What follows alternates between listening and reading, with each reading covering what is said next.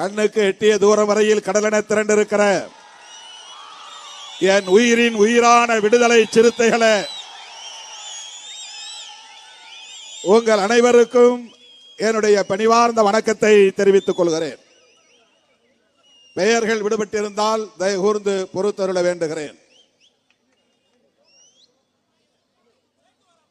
4 மணிக்கு நாம் இந்த ஆர்ப்பாட்டத்தை தொடங்கி 6 மணிக்கே நிறைவு செய்ய வேண்டும் என்று எண்ணினோம். மணி இப்போது 6:45. நீங்கள் அனைவரும் பாதுகாப்பாக வீடு திரும்ப வேண்டும். கட்சியின் முன்னணி தலைவர்கள் பலரும் இங்கே உரையாற்ற வேண்டும் என்று நான் ஆசைப்பட்டாலும் நேரம் அதற்கு இடம் தரவில்லை. எனவே மூத்த தோழர்கள், முன்னணி பொறுப்பாளர்கள், களத்தில் நின்று போராடி கொண்டிருக்கிற போராளிகள் தயவு கூர்ந்து பொறுத்தருள வேண்டும் என்று கேட்டுக்கொள்கிறேன். திருப்பரங்குன்றம் தீபம் தொடர்பான இந்த சிக்கல் குறித்து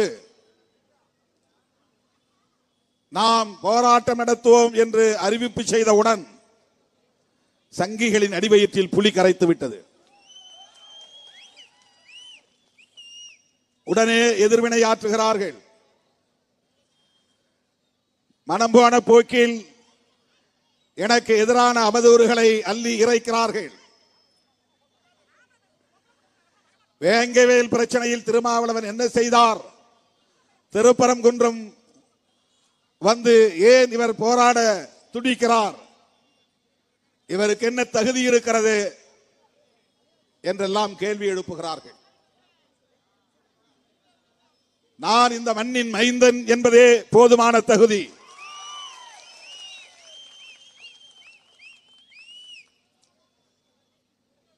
தமிழ் மண், தமிழ் மக்கள் என்கிற அடிப்படையிலே 40 ஆண்டு காலமாக இந்த களத்திலே நின்று போராடக்கூடியவன் என்பதே எனக்கான தகுதி.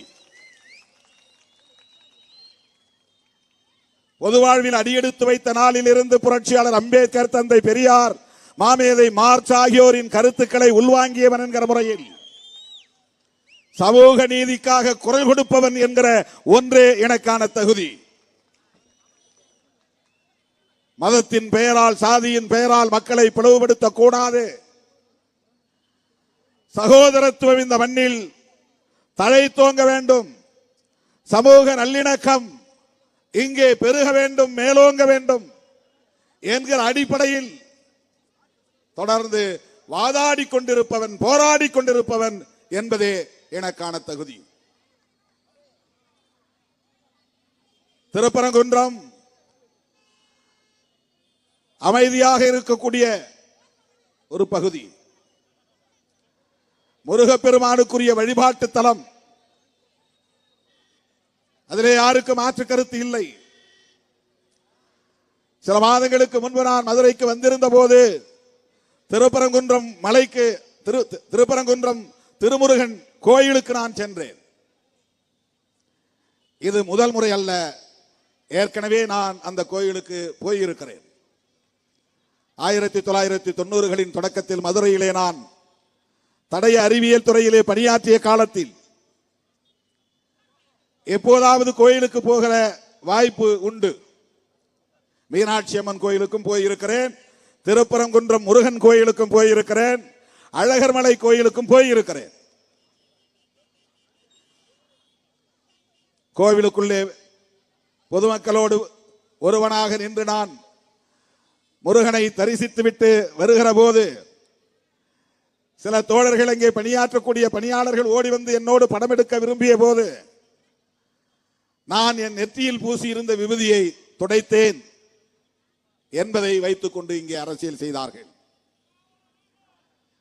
விபூதியை பூசினேன் என்பது அவர்களுக்கு பிரச்சனை இல்லை,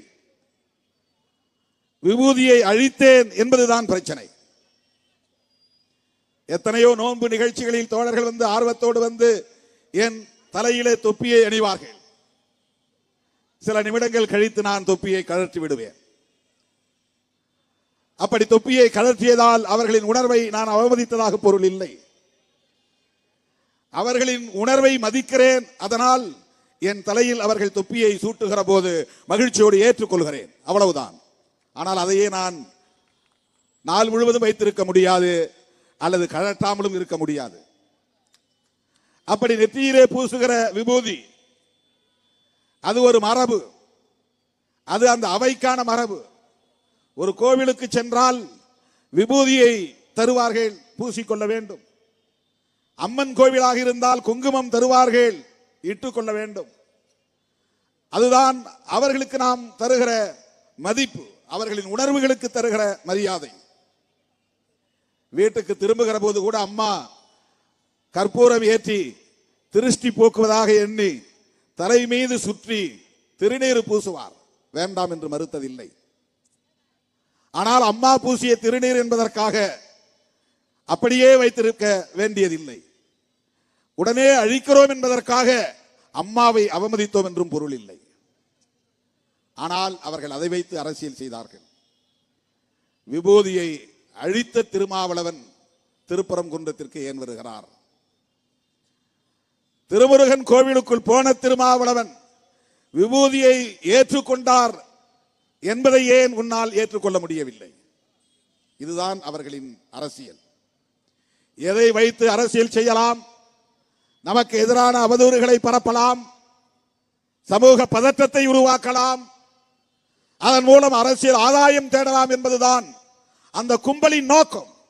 அவர்கள் யார் என்பதை நாம் புரிந்து கொள்ள வேண்டும். மதுரையில் எத்தனையோ பிரச்சனைகள் உண்டு, தமிழ்நாட்டில் எத்தனையோ பிரச்சனைகள், போராட வேண்டிய பிரச்சனைகள், வாதாட வேண்டிய பிரச்சனைகள் உள்ளன. ஏன் திமுக அரசை எதிர்த்து போராடுவதற்கு எத்தனையோ பல பிரச்சனைகள் இருக்கின்றன. இந்தியா முழுவதும் பல பிரச்சனைகள் இருக்கின்றன. இந்து சமூகத்தை சார்ந்த ஒடுக்கப்பட்ட மக்களுக்கு இழைக்கப்படுகிற கொடுமைகள் என்றாவது ஒரு நாள் பாரதிய ஜனதா கட்சி மனைப்பட்டா வேண்டும் என்று என்றாவது ஒரு நாள் போராடியதுண்டா? 1977 எம்ஜிஆர் முதல் முறையாக முதலமைச்சர் பொறுப்பை ஏற்ற போது மதுரையிலே மருத்துவமனையில் பணியாற்றக்கூடியவர்களுக்கும் இதர துப்புரவு தொழிலாளர்களுக்கும் வண்டியூர் பக்கத்திலே நிலம் கொடுத்தார். தீர்த்தக்காடு அந்த இடத்திலே அந்த மக்களுக்கு அளந்துவிடப்படவில்லை, பட்டா கொடுத்து விட்டார்கள். வெறும் சான்றிதழ் மட்டும்தான், நிலம் அடையாளம் காட்டப்படவில்லை, அளந்து கொடுக்கப்படவில்லை. அந்த மக்கள் அங்கே குடியேற முடியவில்லை. அந்த வட்டாரத்தை சார்ந்த சாதியவாதிகள் அது தலித்துகளுக்காக, குறிப்பாக துப்புரவு பணியாளர்களாக ஒதுக்கப்பட்ட இடம் என்று தெரிந்தும் ஆக்கிரமித்து வீடு கட்டி கொண்டார்கள், காரை வீடு கட்டி கொண்டார்கள். ஒட்டுமொத்த நிலைமை ஆக்கிரமிப்புக்குள்ளாகிவிட்டது.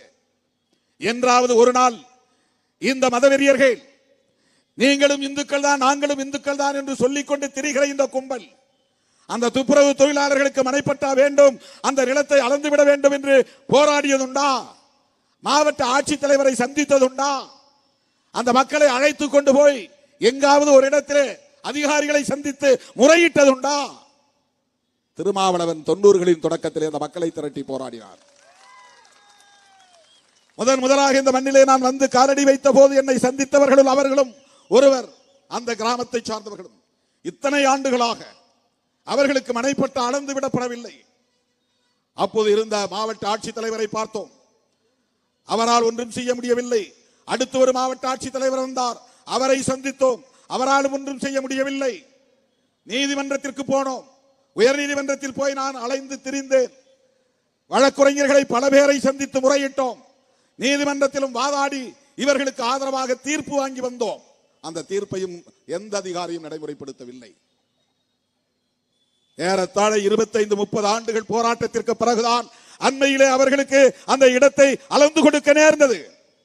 அதுவும் எப்படி செய்தார்கள் என்றால், அந்த இடத்தை ஆக்கிரமிப்பு செய்தவர்களை கெஞ்சி கூத்தாடி அவர்களை நயந்து பேசி, உங்களுக்கு என்று நாங்கள் ஒத்தக்கடை பகுதியிலே ஒரு இடத்தை தேர்வு செய்திருக்கிறோம், அங்கே உங்களுக்கு வீடுகளை கட்டி தருகிறோம் என்று அத்தனை பேருக்கும் வீடுகளை கட்டி முடித்து ஒவ்வொருவராக கையை பிடித்து கெஞ்சி அழைத்து கொண்டு போய் அங்கே குடியேற்றி விட்டு தான் அந்த இடங்களை அப்புறப்படுத்தி, அந்த ஆக்கிரமிப்பை அப்புறப்படுத்தி தலித்துகளை அங்கே அமர வைத்தார்கள்.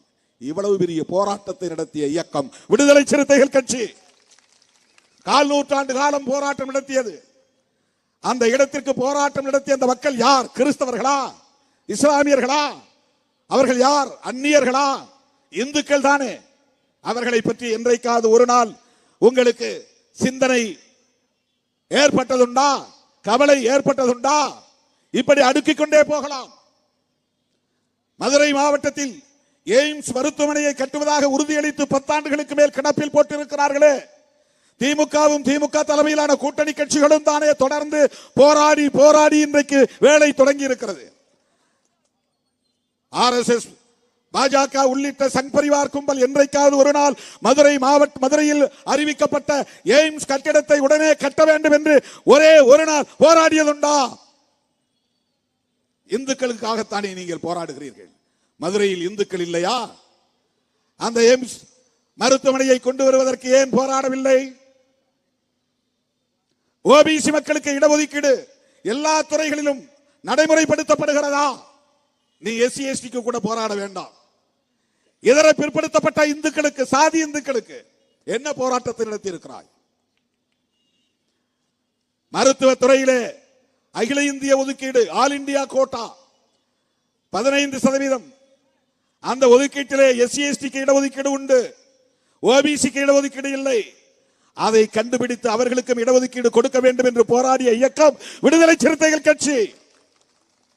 RSS போராடியதா? பிஜேபி போராடியதா? அனுமன் சேனா போராடியதா? இந்து மக்கள் கட்சி போராடியதா? எங்கள் இந்து சகோதரர்களுக்கு ஆல் இந்தியா கோட்டாவிலே இடஒதுக்கீடு வேண்டும் என்று போராடியதா? அடிப்படை வசதிகளுக்காக போராடி இருக்கிறார்களா? மருத்துவ வசதிக்காக போராடி இருக்கிறார்களா? தூய்மை பணியாளர்களின் பணி நிரந்தரத்திற்காக போராடி இருக்கிறார்களா? செவிலியர்களின் போராடி கொண்டிருக்கிறார்களே, அந்த செவிலியர்களுக்காக போராடி இருக்கிறார்களா? அரசு ஊழியர்கள் பழைய ஓய்வூதிய முறையை நடைமுறைப்படுத்த வேண்டும் என்று திமுக அரசுக்கு எதிராக தொடர்ந்து குரல் கொடுத்து வருகிறார்களே, இது எவ்வளவு பெரிய வாய்ப்பு பிஜேபிக்கு. திமுகவை எதிர்க்கிறவர்கள் நீங்கள் தானே. நாங்கள் கூட்டணியில் இருக்கிறோம், ஆனால் நாங்கள் பேசுகிறோம். திமுகவை எதிர்த்து பேசுகிறோம், திமுக அரசை எதிர்த்து பேசுகிறோம். ஓய்வூதிய முறையில் பழைய முறையை நடைமுறைப்படுத்துங்கள் என்று நாங்கள் சொல்லுகிறோம். வெட்கம் கெட்டவர்களே, என்றைக்காவது நீங்கள் அதை பற்றி பேசி இருக்கிறீர்களா? ஓய்வூதியத்தை பழைய முறைப்படி கொண்டு வர வேண்டும், இதுதான் அரசு ஊழியர்களின் கோரிக்கை, ஆசிரியர் பெருமக்களின் கோரிக்கை. போராடி இருக்கிறீர்களா? அரசு துறைகளை எல்லாம் தனியார்மயப்படுத்துகிறதே மோடி அரசு. இந்த தேசத்தை ஒட்டுமொத்தமாக அதானிக்கும் அம்பானிக்கும் விற்று கொண்டிருக்கிறது. இந்திரா காந்தி அம்மையார் பிரதமரான போது தனியார் வங்கிகளை எல்லாம் தேசியமயமாக்கினார். நேஷனலைசேஷன். தனியார் நடத்திய வங்கிகளை எல்லாம், பேங்க் 14 வங்கிகளை தேசியமயமாக்கினார். இதெல்லாம் நாட்டுடைமையாக்கினார். அரசாங்கத்துக்கு சொத்து இது. நீ என்ன தனியா வங்கி வச்சு நடத்துற, லாபம் ஈட்டுகிறாய். தனியார் சொத்துக்களை எல்லாம் தேசியமயமாக்கியது காங்கிரஸ் அரசு. மோடி ஆட்சி பொறுப்பேற்ற நாளில் இருந்து அரசாங்க சொத்தை எல்லாம் அதானிக்கு விற்றுக் கொண்டிருக்கிறார்கள். இவர்கள் என்ன தேசியவாதம் பேசுகிறார்கள்? நாட்டு சொத்துக்களை எல்லாம் தனியாருக்கு விற்பனை செய்வதுதான் உங்கள் தேசியமயமாதலா? என்ன நேஷனலைசேஷன்? அவ்வளவும் பிரைவேட்டைசேஷன், தனியார் மயப்படுத்துதல், கார்பரேட் மயப்படுத்துதல். இதை என்றைக்காவது நீங்கள் எதிர்த்து பேசியிருக்கிறீர்களா? இந்த நாடு இந்துக்களின் நாடு என்று சொல்லுகிறீர்களே, இது அதானியின் நாடா இந்துக்களின் நாடா? பதில் சொல்வீர்களா? விமானத்துறைகள் அனைத்தும் இன்றைக்கு அதானியின் கையிலே, துறைமுகங்கள் அனைத்தும் அதானியின் கைகளிலே, பொதுத்துறைகள் அனைத்தும் அதானியின் கைகளிலே, அம்பானியின் கைகளிலே. தனி நபர்களுக்கு இந்த நாட்டு சொத்துக்கள் அனைத்தையும் படிப்படியாக விற்றுக் கொண்டே இருக்கிறார்கள். அனைத்தையும் தனியார்மயமாக்கிவிட்டு எப்படி இதை நீங்கள் தேசிய வாதத்தை பேச முடியும்? நீங்கள் நினைக்கிற இந்து தேசியத்தை உருவாக்க முடியும்? நீங்கள் விரும்புகிற இந்து தேசியத்தை கூட உங்களால் எப்படி உருவாக்க முடியும்? நாட்டு சொத்து இந்துக்களுக்கு உடைமையாக இல்லை, அதானிக்கு உடைமையாக இருக்கிறது. ஒரு தனிநபருக்கு அல்லது ஒரு சில குறிப்பிட்ட முதலாளிகளுக்கு உடைமையாக்கப்படுகிறது. ஏர் இந்தியா விமானத்துறை முழுவதும் இப்போது டாட்டாவுக்கு விற்பனை செய்யப்பட்டிருக்கிறது. அரசு சொத்து. அரசு சொத்து என்றால் மக்கள் சொத்து. அரசு சொத்து என்றால் நாட்டு சொத்து. நாட்டு சொத்தை எல்லாம் தனியார் சொத்தாக்குகிற கும்பல் எங்கே இந்துக்களின் நலன் குறித்து பேசுகிறது? உயர்கல்வியிலே இன்றைக்கு இந்துக்கள் எந்த அளவுக்கு வளர்ச்சி அடைந்திருக்கிறார்கள்? தமிழ்நாட்டிலே வளர்ச்சி அடைந்த கூடிய அளவுக்கு இதர மாநிலங்களிலே பிஜேபி வளர்ச்சி ஆட்சி இருக்கக்கூடிய மாநிலங்களிலே வளர்ச்சி அடைந்திருக்கிறதா?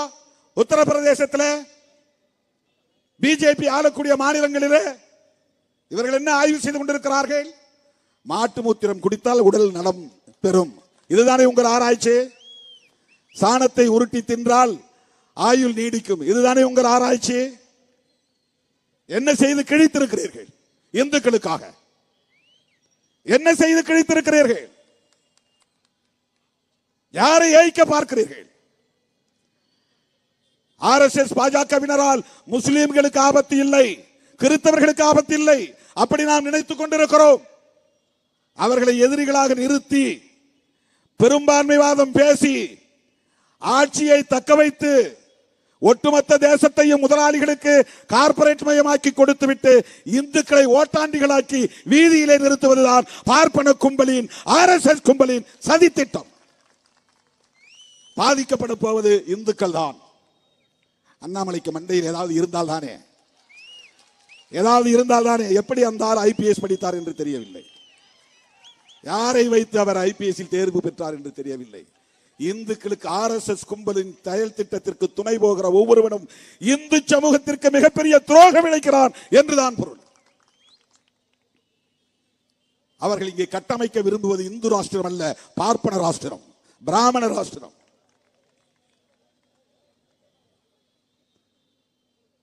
சனாதன ராஜ்யம். அதற்கு என்ன பொருள்? வர்ணாசிரம தர்மம் தான் இங்கே ஆட்சி நிர்வாக முறையாக இருக்க வேண்டும் என்பதுதான் பொருள். வர்ணாசிரம முறையில் நீ யார்? அண்ணாமலை யார்? நயினார் நாகேந்திரன் யார்? எச்சி ராஜா அந்த கும்பல் வகையராவை சார்ந்தவர். அவருக்கு பிரச்சனை இல்லை. ராஜா பேசுவதிலே அர்த்தம் இருக்கிறது. அண்ணாமலை பேசுவதிலே என்ன பொருள் இருக்கிறது? நயினார் நாகேந்திரன் பேசுவதிலே என்ன பொருள் இருக்கிறது? யோசித்து பார்க்க வேண்டாமா? நீங்கள் யாருக்கு எதிராக நிற்கிறீர்கள் என்று. முருகனை போய் அவன் ஸ்கந்தன் என்கிறான், சுப்பிரமணியன் என்கிறான். நான் கேட்கிறேன், அண்ணாமலையை கேட்கிறேன், நயினார் நாகேந்திரனை கேட்கிறேன். நயினார் நாகேந்திரன் தலைவரானது அண்ணாமலைக்கு பிடிக்கவில்லை. அதனால் அண்ணாமலை தனி ஆவர்த்தனம் செய்கிறார். நாள்தோறும் அவர் பத்திரிகையாளரை சந்தித்து பேட்டி கொடுக்கிறார்.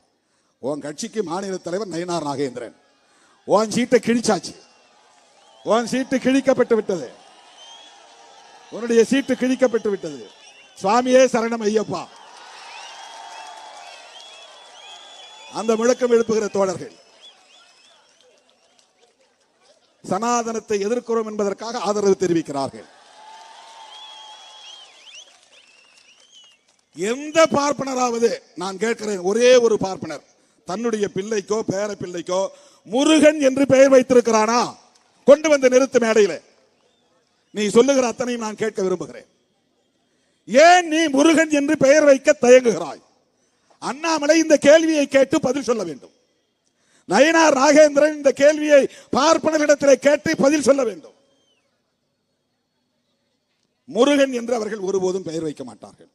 முருகன் மலை எப்படி ஸ்கந்தர் மலை என்று ஆக முடியும்?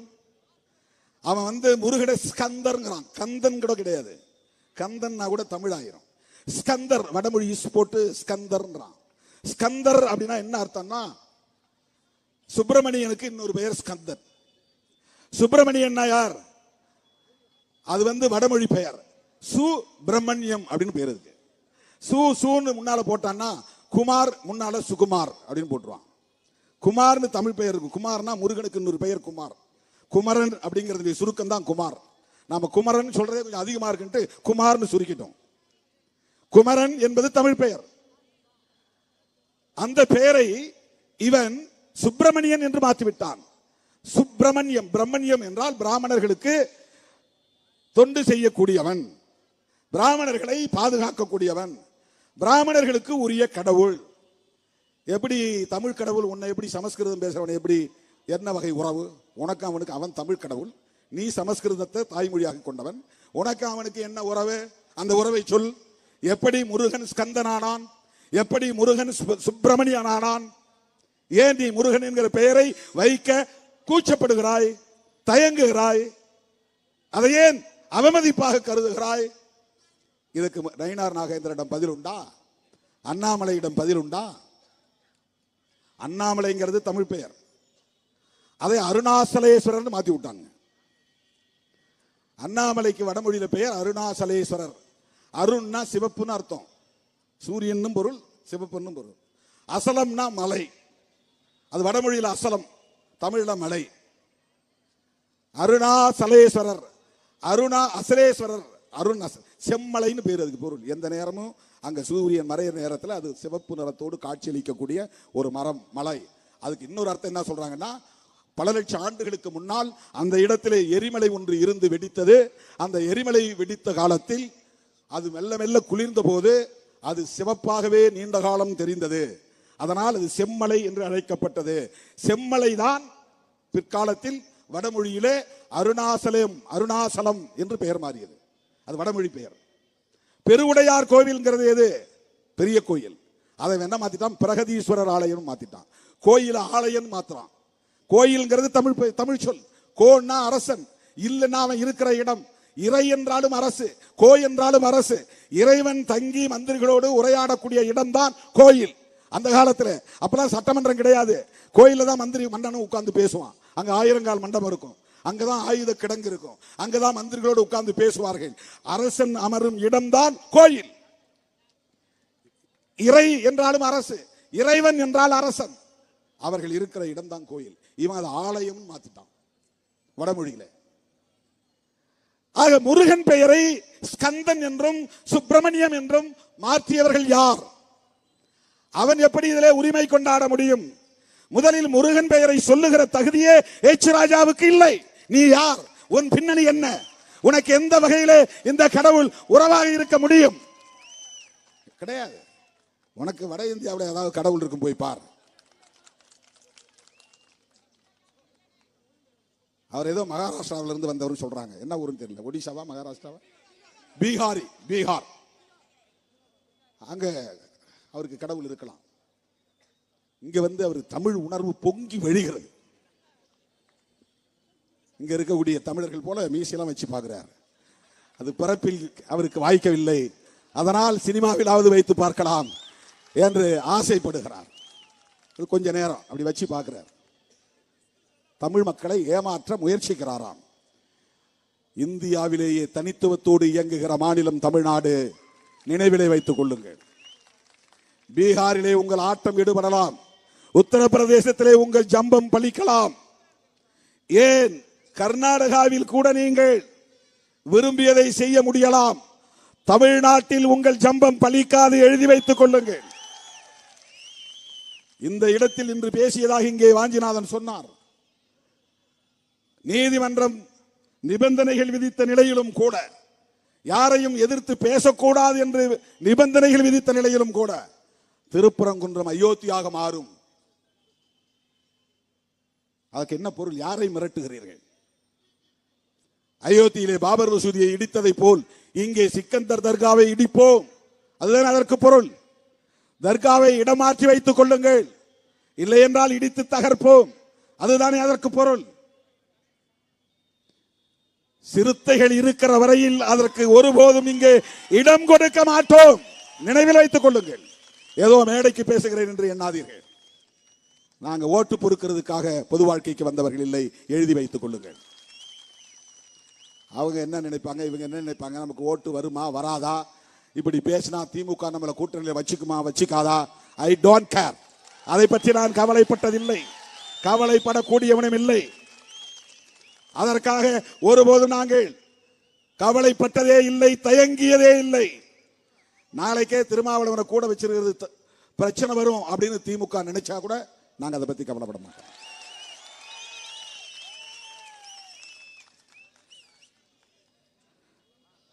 நாங்கள் மத நல்லிணக்கத்தை விரும்புகிறோம், சமூக நல்லிணக்கத்தை விரும்புகிறோம்.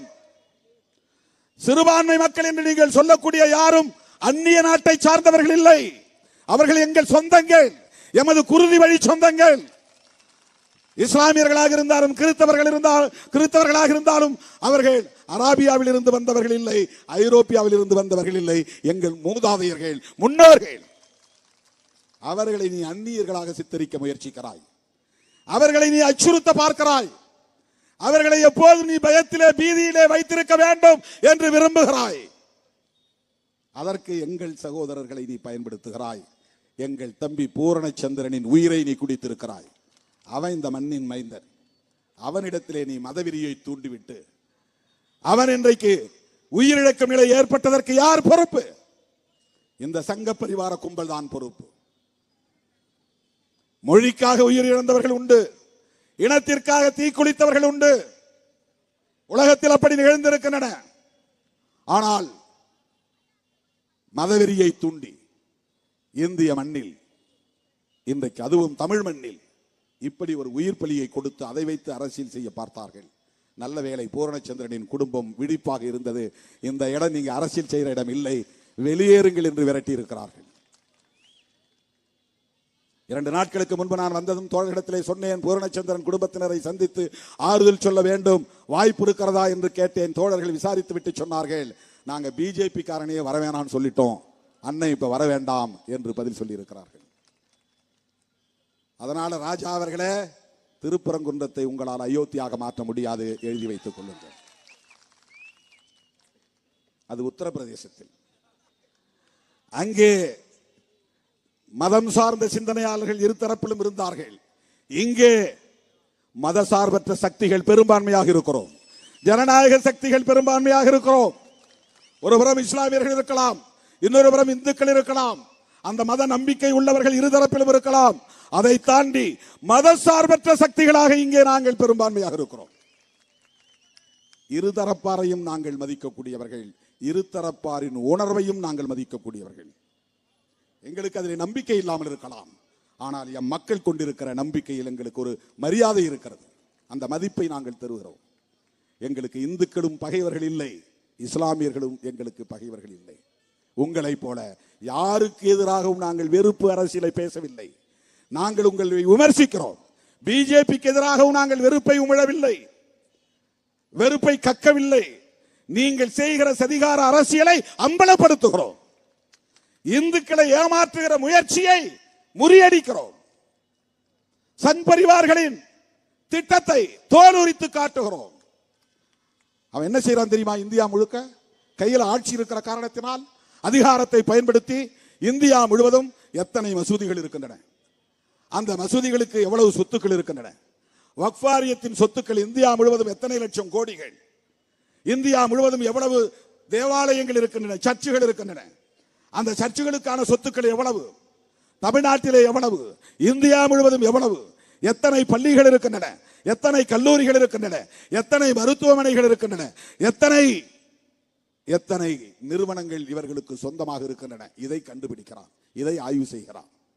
இதை ஆய்வு செய்வதற்கென்றே ஒரு குழுவை போட்டு வைத்திருக்கிறான். RSS சங் பரிவார்கள் செய்கிற வேலை. சங் பரிவார்கள் என்றால் சங்குன்னா சங்கம், பரிவார்னா குடும்பம். RSS என்கிற குடும்பத்தை சார்ந்த அமைப்புகள் வேற வேற பேர்ல இருப்பான், புதுசா உருவாக்கிக்குவான், ஆனா ஒரே விஷயத்துக்காக குரல் கொடுப்பான். அதான் சங் பரிவார் அமைப்பு. இப்போ ஒருத்தர் ஹைகோர்ட்ல கேஸ் போட்டிருக்கான்ல ஒரு தம்பி, அவன் பேர் ராம ரவிக்குமார். அவன் நம்மள மாதிரி சாதாரணமா தெரிஞ்சுக்கிட்டு இருந்தவன் தான். இப்ப காவி சட்டை போட்டுக்கிட்டு தாடியை வளர்த்துக்கிட்டு மகாமுனி மாதிரி ஒரு வேஷத்தை காட்டுறான். அவன் ஒரு சாதாரண ஒரு தம்பி தான். அவன் இன்றைக்கு ஒரு அமைப்பு, அது 2 பேர் இந்த கட்சி தான். ஒருத்தர் அர்ஜுன் சம்பத், ஒருத்தர் ராம ரவிக்குமார். 2 பேரும் ஒன்னா உடஞ்சிட்டாங்க. இப்பயும் ஒரு கட்சி, ஒரு கட்சி. அவங்க கட்சி ஆள் கிடையாது, வெறுமனை அறிக்கை விடுவதுதான். அவங்கள வச்சு கேஸ் போட்டுருக்காங்க. அவங்க அந்த தம்பி போய் கேஸ் போடுறாப்ல. அவருக்கு நாட்டில் எவ்வளவோ பிரச்சனைகள் இருக்கு, அதெல்லாம் அவருக்கு பிரச்சனை இல்லை. அந்த அளவைக்கல் சர்வேக்கல்ல போய் தீபம் ஏற்றுவதுதான் இந்துக்களுக்கு மிகப்பெரிய பிரச்சனை. அந்த தீபம் ஏற்றிவிட்டால் எல்லோருக்கும் கல்வி கிடைத்து விடும். அதில் தீபம் ஏற்றிவிட்டால் எல்லோருக்கும் சோறு கிடைத்து விடும். அங்கே தீபம் ஏற்றிவிட்டால் எல்லோருக்கும் மனைப்பட்டா கிடைத்து விடும். அங்கே தீபம் ஏற்றிவிட்டால் எய்ம்ஸ் கல்லூரி உடனே வந்துவிடும். அங்கே தீபம் ஏற்றிவிட்டால் எல்லோருக்கும் எல்லா வசதிகளும் கிடைத்து விடும். அவங்க சிந்தனை எப்படி இருக்கிறது பாருங்க. அந்த கல்லு சலவை, அது அளவைக்கல். அளவைக்கல்னா சர்வேக்கல். சர்வேக்கல்னா நாயக்கர் காலத்தில் ஊன்றப்பட்ட கல். அதுக்கு பல ஆதாரங்கள் இருக்கின்றன. தீபம் ஏற்றுகிற வரலாறு உண்டா என்றால் உண்டு. அது எங்கே? மேலே மலை உச்சியிலே இருக்கிற பிள்ளையார் கோவில் பக்கம் இருக்கிற ஒரு தூண். 400 ஆண்டுகளாக அந்த தூணில் தீபம் ஏற்றுவது வாடிக்கை, யாரும் மறுக்கல. அந்த மலை உச்சியில் சமணர்கள் வழிபாட்டு தலம் இருக்கிறது, இஸ்லாமியர்களின் பள்ளிவாசல் இருக்கிறது. இஸ்லாத்திலே அப்படி ஒரு நம்பிக்கை இருக்கிறது. ஆக பள்ளிவாசல் அங்கே இருக்கிறது, திருப்பரங்குன்ற மலையில தர்கா இருக்கிறது, கீழே முருகன் கோவில் இருக்கிறது, மேலே விஸ்வநாதர் கோவில் இருக்கிறது, உச்சியிலே பிள்ளையார் கோவில் இருக்கிறது. இதை இல்லாம சமணர் குகையும் அங்கே இருக்கிறது, சமணர் வழிபாட்டு தலமும் இருக்குது. இப்ப பலதரப்பட்ட மத நல்லிணக்கம் நிறைந்த ஒரு மலை திருப்பரங்குன்ற மலை. இவ்வளவு நாளா யாரும் சண்டை போட்டுக்கலையே. இஸ்லாமியரும் அங்கே போனார்கள், இந்துக்களும் அங்கே போனார்கள், சமணர்கள் இப்ப யாரும் பெரிய அளவில் இங்கே இல்ல. ஜெயின்ஸ் போறாங்களா இல்லையான்னு தெரியல, எவ்வளவு பேர் இருக்காங்க தெரியாது நமக்கு. ஆனா தொல்லியல் துறையின் கட்டுப்பாட்டிலே அதையெல்லாம் பாதுகாக்கப்படுகின்றன, பராமரிக்கப்படுகின்றன. அந்த மலையில் அதை சிக்கந்தர் மலைன்னு சொல்லக்கூடாது. யார் சொல்றது? சங்கிகள் சொல்லுகிறார்கள். சங்கிகள் எங்கெல்லாம் இருக்கிறார்கள்? நீதித்துறையிலும் இருக்கிறார்கள். அதுதான் பிரச்சனை. சங்கிகள் எங்கெல்லாம் இருக்கிறார்கள்? காவல்துறையிலும் இருக்கிறார்கள். காக்கி சட்டைக்குள்ள சங்கிகள் இருக்கிறார்கள். சங்கிகள் எங்கெல்லாம் இருக்கிறார்கள்? பேராசிரியர்களாகவும் துணைவேந்தர்களாகவும் இருக்கிறார்கள். சங்கிகள் எங்கெல்லாம் இருக்கிறார்கள்? உச்ச நீதிமன்றத்திலும் இருக்கிறார்கள், உயர் நீதிமன்றத்திலும் இருக்கிறார்கள், மதுரை கிளையிலும் இருக்கிறார்கள். அதுவும் முருகன் பெயரையே வைத்திருக்கிறார்கள். சுவாமிநாதன் தான், முருகன் தான் பேரு. முருகனுடைய இன்னொரு பெயர் அது. கும்பகோணம் பக்கத்தில் சுவாமி மலைன்னு ஒன்று இருக்குது, அது முருகன் வழிபாட்டு தலம் தான். நாதன் அப்படின்னா தலைவன் அப்படின்னு பொருள், வேற ஒன்றும் கிடையாது. அது வடமொழியில அது என்ன சுருக்கமா நாத் அப்படின்றாங்க. பிரேம்நாத், ராஜ்நாத், நாத்னா தலைவன் அப்படின்னு அர்த்தம். அதை நம்ம தமிழ் படுத்தும் போது நாதன் அப்படின்னு தமிழ் படுத்துறோம். வடமொழிக்காரன் சுவாமிநாத் அப்படின்னு வச்சிருப்பான், தமிழ் என்னொன்னே சாமிநாதன். அப்போ சுவாமிநாதன் வடிவத்திலும் சங்கி மதுரை மண்ணிலே உண்டு. அவங்க தீர்ப்பு எழுதுறாங்க. என்ன தீர்ப்பு? யாரும் மக்கள் எந்த பிரச்சனையும் பண்ணல. இஸ்லாமியர்களுக்கும் இந்துக்களுக்கும் திருப்பரங்குன்றத்தில் ஏதாவது மோதல் வெடித்ததா? ஏதாவது போராட்டம் நடந்ததா? ஏதாவது ரத்த கலரி நடந்ததா? ஒண்ணுமே கிடையாது. ஒரு தம்பியை வச்சு வழக்கு போட வச்சு ஆள் செட் பண்ணி ஒரு தீர்ப்பு, உடனே நாள் குறித்து தீர்ப்பு. உடனே இந்த தீபக்கள் தான். அதுவும் அவர் நேரா போறார். எத்தனையோ பிரச்சனைகள் இங்கு நடக்கின்றன, அங்க எங்கேயும் நேரா போனதில்லை. தலித் மக்களுக்கு எதிரான கொடுமைகள் நடக்கிற எந்த இடத்திலும், ஆணவ கொலைகள் நடக்கிற எந்த இடத்திலும் நீதிபதிகள் போய் நின்றதுண்டா? மாவட்ட ஆட்சித்தலைவர்கள் போய் பார்த்ததுண்டா? மாவட்ட காவல்துறை கண்காணிப்பாளர்கள் போய் பார்த்ததுண்டா? 15 நாளா ஒருத்தன் விவசாயி பாய்சன் குடிச்சிட்டு செத்துட்டான், யாரும் போய் பார்க்கல. அந்த கேஸ சுவமோட்டாவா ஏன் நீதிபதி சுவாமிநாதன் எடுத்து வழக்காட கூடாது, ஒரு தீர்ப்பு தரக்கூடாது? தென்காசி பக்கத்தில் அண்ணன் தம்பி 2 பேருக்கு சொந்தமான நிலம் ஒருத்தன் ஒரு விண்மில் காற்றாலை உருவாக்கக்கூடிய நிறுவனத்துக்கு வித்துட்டான். எனக்கு தெரியாம வித்துட்டான் என் சொந்தக்காரன், என் தம்பி. அதை நான் விடமாட்டேன்னு போய் தடுக்கிறான். இவன் வீட்டை இடிக்கிறான். அவன் அந்த இடத்திலே பாய்சன் அடிச்சு செத்து போறான். செத்து போனவன் ஒரு இந்து. சுவாமிநாதன் ஜி அவர்களே, சங்கி சுவாமிநாதன் ஜி அவர்களே, செத்து போன தம்பி ஒரு விவசாயி, அவர் ஒரு இந்து தானே. உங்களுக்கு ஈவு இல்லையா? இரக்கம் இல்லையா? கருணை இல்லையா? மனசாட்சி இல்லையா? அதை ஒரு வழக்காக நீங்கள் எடுத்து வழக்காட கூடாதா? தீர்ப்பு எழுத கூடாதா? 15 நாட்களாக அந்த பிணம் மார்ச்சூரியிலே கிடக்கிறது. நேற்று நான் கன்னியாகுமரி போகிற போது என் வழியை மறித்து, காரை மறித்து, கண்ணீர் ததும்ப அந்த கோரிக்கைகளை என்னிடத்திலே சொன்னார்கள். அவர்கள் பாதிக்கப்பட்ட மக்கள் தானே. அந்த இடத்திற்கு போகிற தெம்பு திராணி உங்களுக்கு உண்டா? இல்லை. ஆக சங்கிகள் பல வடிவங்களில் இருக்கிறார்கள். இதுதான் RSS வெற்றி. 1925ஆம் ஆண்டு நாக்பூரிலே தொடங்க பெற்ற இந்த இயக்கம் இன்றைக்கு 2025 100 ஆண்டு காணுகிறது.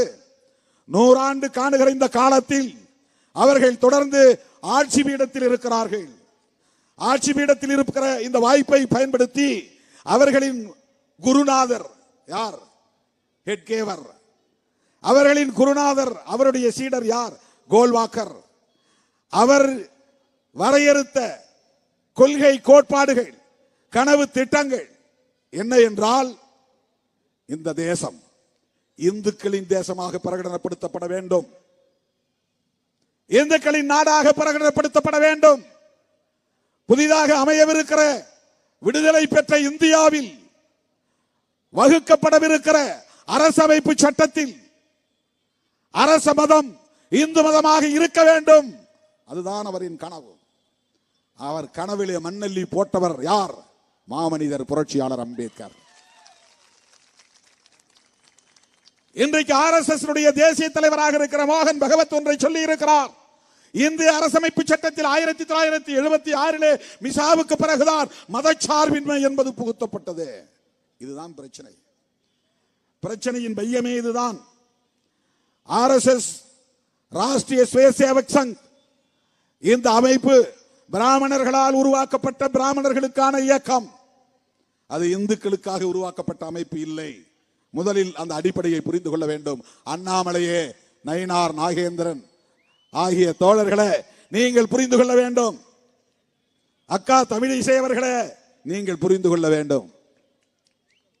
அண்ணன் பொன்னார் அவர்களே, என்ன காரியத்தை செய்து கொண்டிருக்கிறீர்கள் என்பதை நீங்கள் புரிந்து கொள்ள வேண்டும். புரட்சியாளர் அம்பேத்கர் அவர்களை நீங்கள் ஏற்றுக்கொண்டதாக சொல்லி நடிக்கிறீர்களே, உங்கள் தலைவர் மோடி போய் அம்பேத்கரின் காலடியை தொட்டு வணங்குவதாக நாடகம் ஆடுகிறீர்களே, அம்பேத்கர் ஜெயந்தி கொண்டாடுகிறீர்களே, இதுவெல்லாம் உங்கள் மனத்தை தொட்டு சொல்லுங்கள், உள்ளத்தை தொட்டு சொல்லுங்கள், மனசாட்சியோடு சொல்லுங்கள். உண்மையா இது? அவர் மீது உங்களுக்கு நம்பிக்கை உண்டா? மதிப்பு உண்டா? அவரை ஏற்றுக்கொண்டவர்களா நீங்கள்? அப்படி என்றால் அவர் கண்ட கனவை நனவாக்குவதற்கல்லவா நீங்கள் போராட வேண்டும். அவர் என்ன விரும்பினார்? இந்த தேசம் மதசார்பற்ற ஒரு தேசமாக இருக்க வேண்டும். இந்த அரசு மதசார்பற்ற அரசாக இருக்க வேண்டும். இந்த மண்ணில் எந்த மதத்தையும் யாரும் பின்பற்றலாம், எத்தனை மதங்களும் இங்கே வாழலாம். அந்த மதங்களை சார்ந்த மக்கள் அத்தனை பேரும் சகோதரத்துவத்தோடு வாழ வேண்டும். இதுதானே அம்பேத்கர் கண்ட கனவு. சுதந்திரம், சமத்துவம், சகோதரத்துவம் கொண்ட ஒரு ஜனநாயக குடியரசை, மதசார்பற்ற குடியரசை, ஒரு சோசலிச குடியரசை நிறுவுவதுதானே புரட்சியாளர் அம்பேத்கர் கண்ட கனவு. உங்கள் மனசாட்சியை தொட்டு சொல்லுங்கள். எல் முருகன் அவர்களே, நீங்கள் அம்பேத்கரையும் தலைவராகத்தானே கொண்டிருப்பதாக சொல்லுகிறீர்கள். எவ்வளவு பெரிய ஏமாற்று நடவடிக்கை! நீங்கள் சார்ந்த சமூகத்தை ஒட்டுமொத்தமாக ஏமாற்றி நீங்கள் ஒருவர் பிழைப்பதற்காக அம்பேத்கர் பெயரை பயன்படுத்துகிறீர்களே, இது உங்களுக்கு மனசாட்சியை உறுத்தாதா? உங்களுக்கே மனசாட்சியை உறுத்தாதா? அம்பேத்கர் வழியில் தான் நீங்கள் நடக்கிறீர்களா? மதச்சார்பின்மை என்பது அம்பேத்கர் கோட்பாடா, கோல்வாக்கர் கோட்பாடா? நீங்கள் யாருடைய கோட்பாட்டை ஏற்றுக்கொண்டிருக்கிறீர்கள்? கோல்வாக்கருடைய கோட்பாடும் அம்பேத்கர் கோட்பாடும் ஒன்றா? ஒரு தம்பி கேட்கிறார். அவர் என்ன அண்ணன் சொல்றதுனால இப்ப தம்பின்னு சொல்றேன். ஒரு தம்பி சொல்கிறார், பெரியாரையும் அம்பேத்கரையும் ஒரே நேர்கோட்டில் வைக்க முடியுமா? நீ பெரியார் புராணம் பாடுகிறாய், அதனால் நான் பெரிய புராணம் பாடுவேன். பிராமண கடப்பாரை கொண்டு திராவிட கோட்டையை இடிப்பேன். அந்த தம்பிக்கு நான் சொல்லுகிறேன், நீங்கள் வெளிப்படையாக வந்து விட்டீர்கள். பூனைக்குட்டி வெளியே வந்து விட்டது. இவ்வளவு காலம் நாங்கள் நம்பிக்கொண்டிருந்தோம் நீங்கள் தமிழ் தேசியம் தான் பேசுகிறீர்கள் என்று. இப்போதுதான் தெரிகிறது நீங்கள் இந்து தேசியம் தான் பேசுகிறீர்கள் என்று. நீங்கள் இந்து தேசியம் கூட பேசவில்லை, பிராமண தேசியம் பேசுகிறீர்கள், கோல்வாக்கர் தேசியம் பேசுகிறீர்கள். எவ்வளவு பெரிய ஒரு ஏமாற்று நடவடிக்கை இது! எது தமிழ் தேசியம்? பெரியாரை இழிவுபடுத்துவதும் பெரியாரின் அரசியலை தகர்ப்பதுமா தமிழ் தேசியம்? ரெண்டு பேரு தங்களை தாங்களே அடையாளப்படுத்திக் கொண்டார்கள். தமிழ்நாட்டு மக்கள் விழிப்பாக இருக்க வேண்டும். ஒரு தம்பி இப்ப புதுசா கட்சியை தொடங்கிய தம்பி, அவருக்கு ஒரே ஒரு அஜெண்டா தான், ஒரே கட்சி ஒரே அஜெண்டா. அவருக்கு என்ன அப்படின்னா ஒரே அஜெண்டா தான். திமுக ஒரு தீய சக்தி, திமுக ஒரு தீய சக்தி, திமுக ஒரு தீய சக்தி. நீங்க திமுகவை திட்டத்தை பத்தி எங்களுக்கு ஒன்றும் கவலை இல்லை, எங்களுக்கு அதுல ஒன்றும் பிரச்சனை கிடையாது. நீங்க யார் என்பது தெரிந்து விட்டது. நீங்கள் தமிழுக்காகவும் தமிழ்நாட்டு மக்களுக்காகவும் தமிழ் மண்ணுக்காகவும் போராடுவதற்காக கட்சி தொடங்கவில்லை. திமுகவை வீழ்த்த நினைக்கிற RSSக்காக நீங்கள் கட்சி தொடங்கி இருக்கிறீர்கள். அது அவங்க அஜெண்டா. திமுக தன்னை தற்காத்துக் கொள்ள போராடும், அது வேறு. திமுகவை அழிக்க முடிந்தால் அழித்துக் கொள்ளுங்கள், அதற்கு எங்களுக்கும் சம்பந்தம் இல்லை. நாங்கள் ஒருபோதும் அதற்காக வாதாட வரமாட்டோம். எங்களுக்கு அதில் பிரச்சனை கிடையாது. எங்களுக்கு ஒரு கொள்கை இருக்கிறது. அந்த கொள்கையை நாங்கள் உயர்த்தி பிடிப்பதற்கு எங்களுக்கு சில தோழமை சக்திகள் இந்த களத்திலே உண்டு. நாங்கள் பேசுகிற அரசியலை திமுகவும் பேசுகிறது, அதிலே உறுதியாக இருக்கிறது என்பதால் நாங்கள் அவர்களோடு கைகோர்த்து நிற்கிறோம், அவ்வளவுதான். நீ திமுகவை வீழ்த்துவதற்காக மட்டும் போராடவில்லை, பெரியார் அம்பேத்கர் பேசிய அரசியலையும் சேர்த்து வீழ்த்துவதற்காக போராடி கொண்டிருக்கிறீர்கள். தம்பி சீமானும் தம்பி விஜயும் இன்றைக்கு RSS பெற்றெடுத்த பிள்ளைகள் என்பது அம்பலமாகிவிட்டது. பாஜகவின் பிள்ளைகள் என்பது அம்பலமாகிவிட்டது. பிரபாகரன் பெயரை சொல்லி தமிழ்நாட்டு மக்களை ஏமாற்றி விடலாம் என்று கணக்கு போட வேண்டாம், சொல்ல கடமைப்பட்டிருக்கிறோம். திகாரர்கள் பேசாமல் இருக்கலாம், திமுக காரர்கள் வாய்மூடி மௌனித்து இருக்கலாம். திருமாவளவனால் அப்படி இருக்க முடியாது. திமுகவும் திகாவும் அமைதியாக இருக்கலாம். அதற்கு பல காரணங்கள் இருக்கலாம். நாங்கள் உயர்த்தி பிடிக்கிற அரசியல் திராவிடம் என்கிற சமூக நீதி அரசியல். அது திமுகவுக்கு சொந்தமானது அல்ல, அது திராவிடர் கழகத்திற்கு மட்டும் சொந்தமானதல்ல.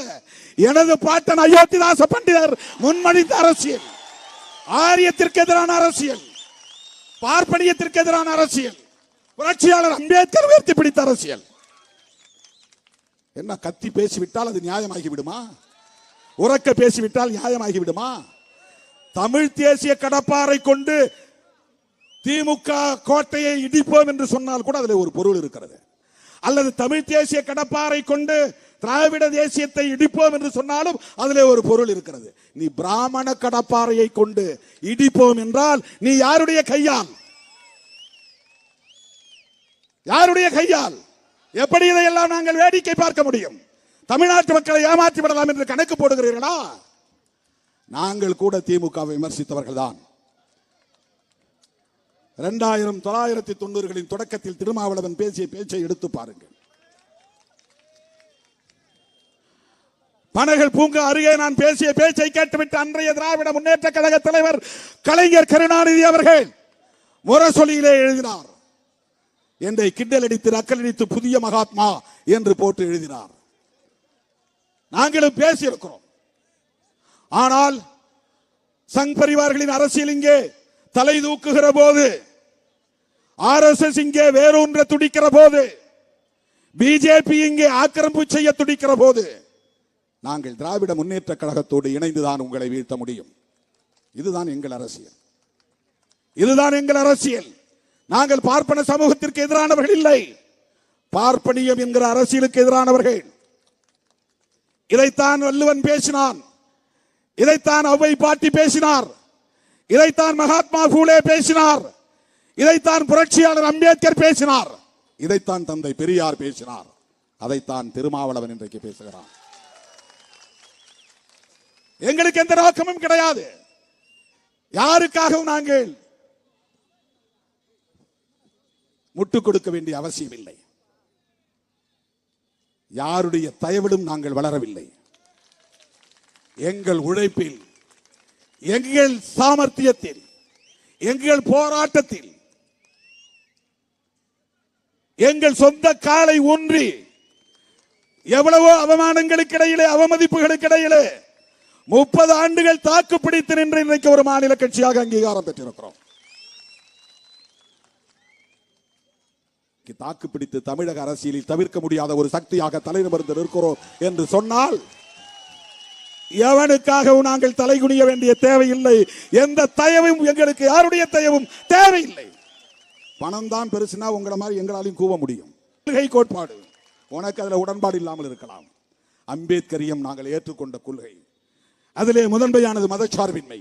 அந்த மதச்சார்பின்மைக்கு எதிரியார் RSS, மதச்சார்பின்மைக்கு எதிரியார் பிஜேபி, மதச்சார்பின்மைக்கு எதிரியார் சங் பரிவார்கள். மதச்சார்பின்மைக்கு எதிரி என்றால் அரசமைப்பு சட்டத்துக்கு எதிரி என்று பொருள். மதச்சார்பின்மைக்கு எதிரி என்றால் புரட்சியாளர் அம்பேத்கருக்கு எதிரி என்று பொருள். எனவே திருமாவளவன் எதிர்க்கிறான். எனவே திருமாவளவன் திருப்பரங்குன்றத்திற்கு வந்திருக்கிறான். இங்க தம்பிங்க வந்து முருகன் கையில் இருக்கிற வேலை கொடுத்தாங்க. உடனே நானும் முருகன் அப்படிங்கிற நினைப்புக்கு நான் போறவன் ஆளு கிடையாது. எனக்கு வேல் கொடுத்துட்டதுனால அல்லது முருகன் அருள் கிடைச்சிரும் அப்படின்னு நான் நம்புறவன் கிடையாது. தம்பிங்க மேல வச்சிருக்கிற மரியாதைக்கு கொண்டு வந்து கொடுக்குறாங்க, அவ்வளவுதான். அது சமூக நீதி வேல், அது முருகன் வேல் இல்ல. அவங்க கொடுத்த வேல் சமூக நீதி வேல். அந்த வேலாயுதத்தை கொண்டு சமூக நீதியை பாதுகாப்போம். அதுதான் இந்த மேடையில் நாங்கள் எடுத்துக்கொள்கிற உறுதி.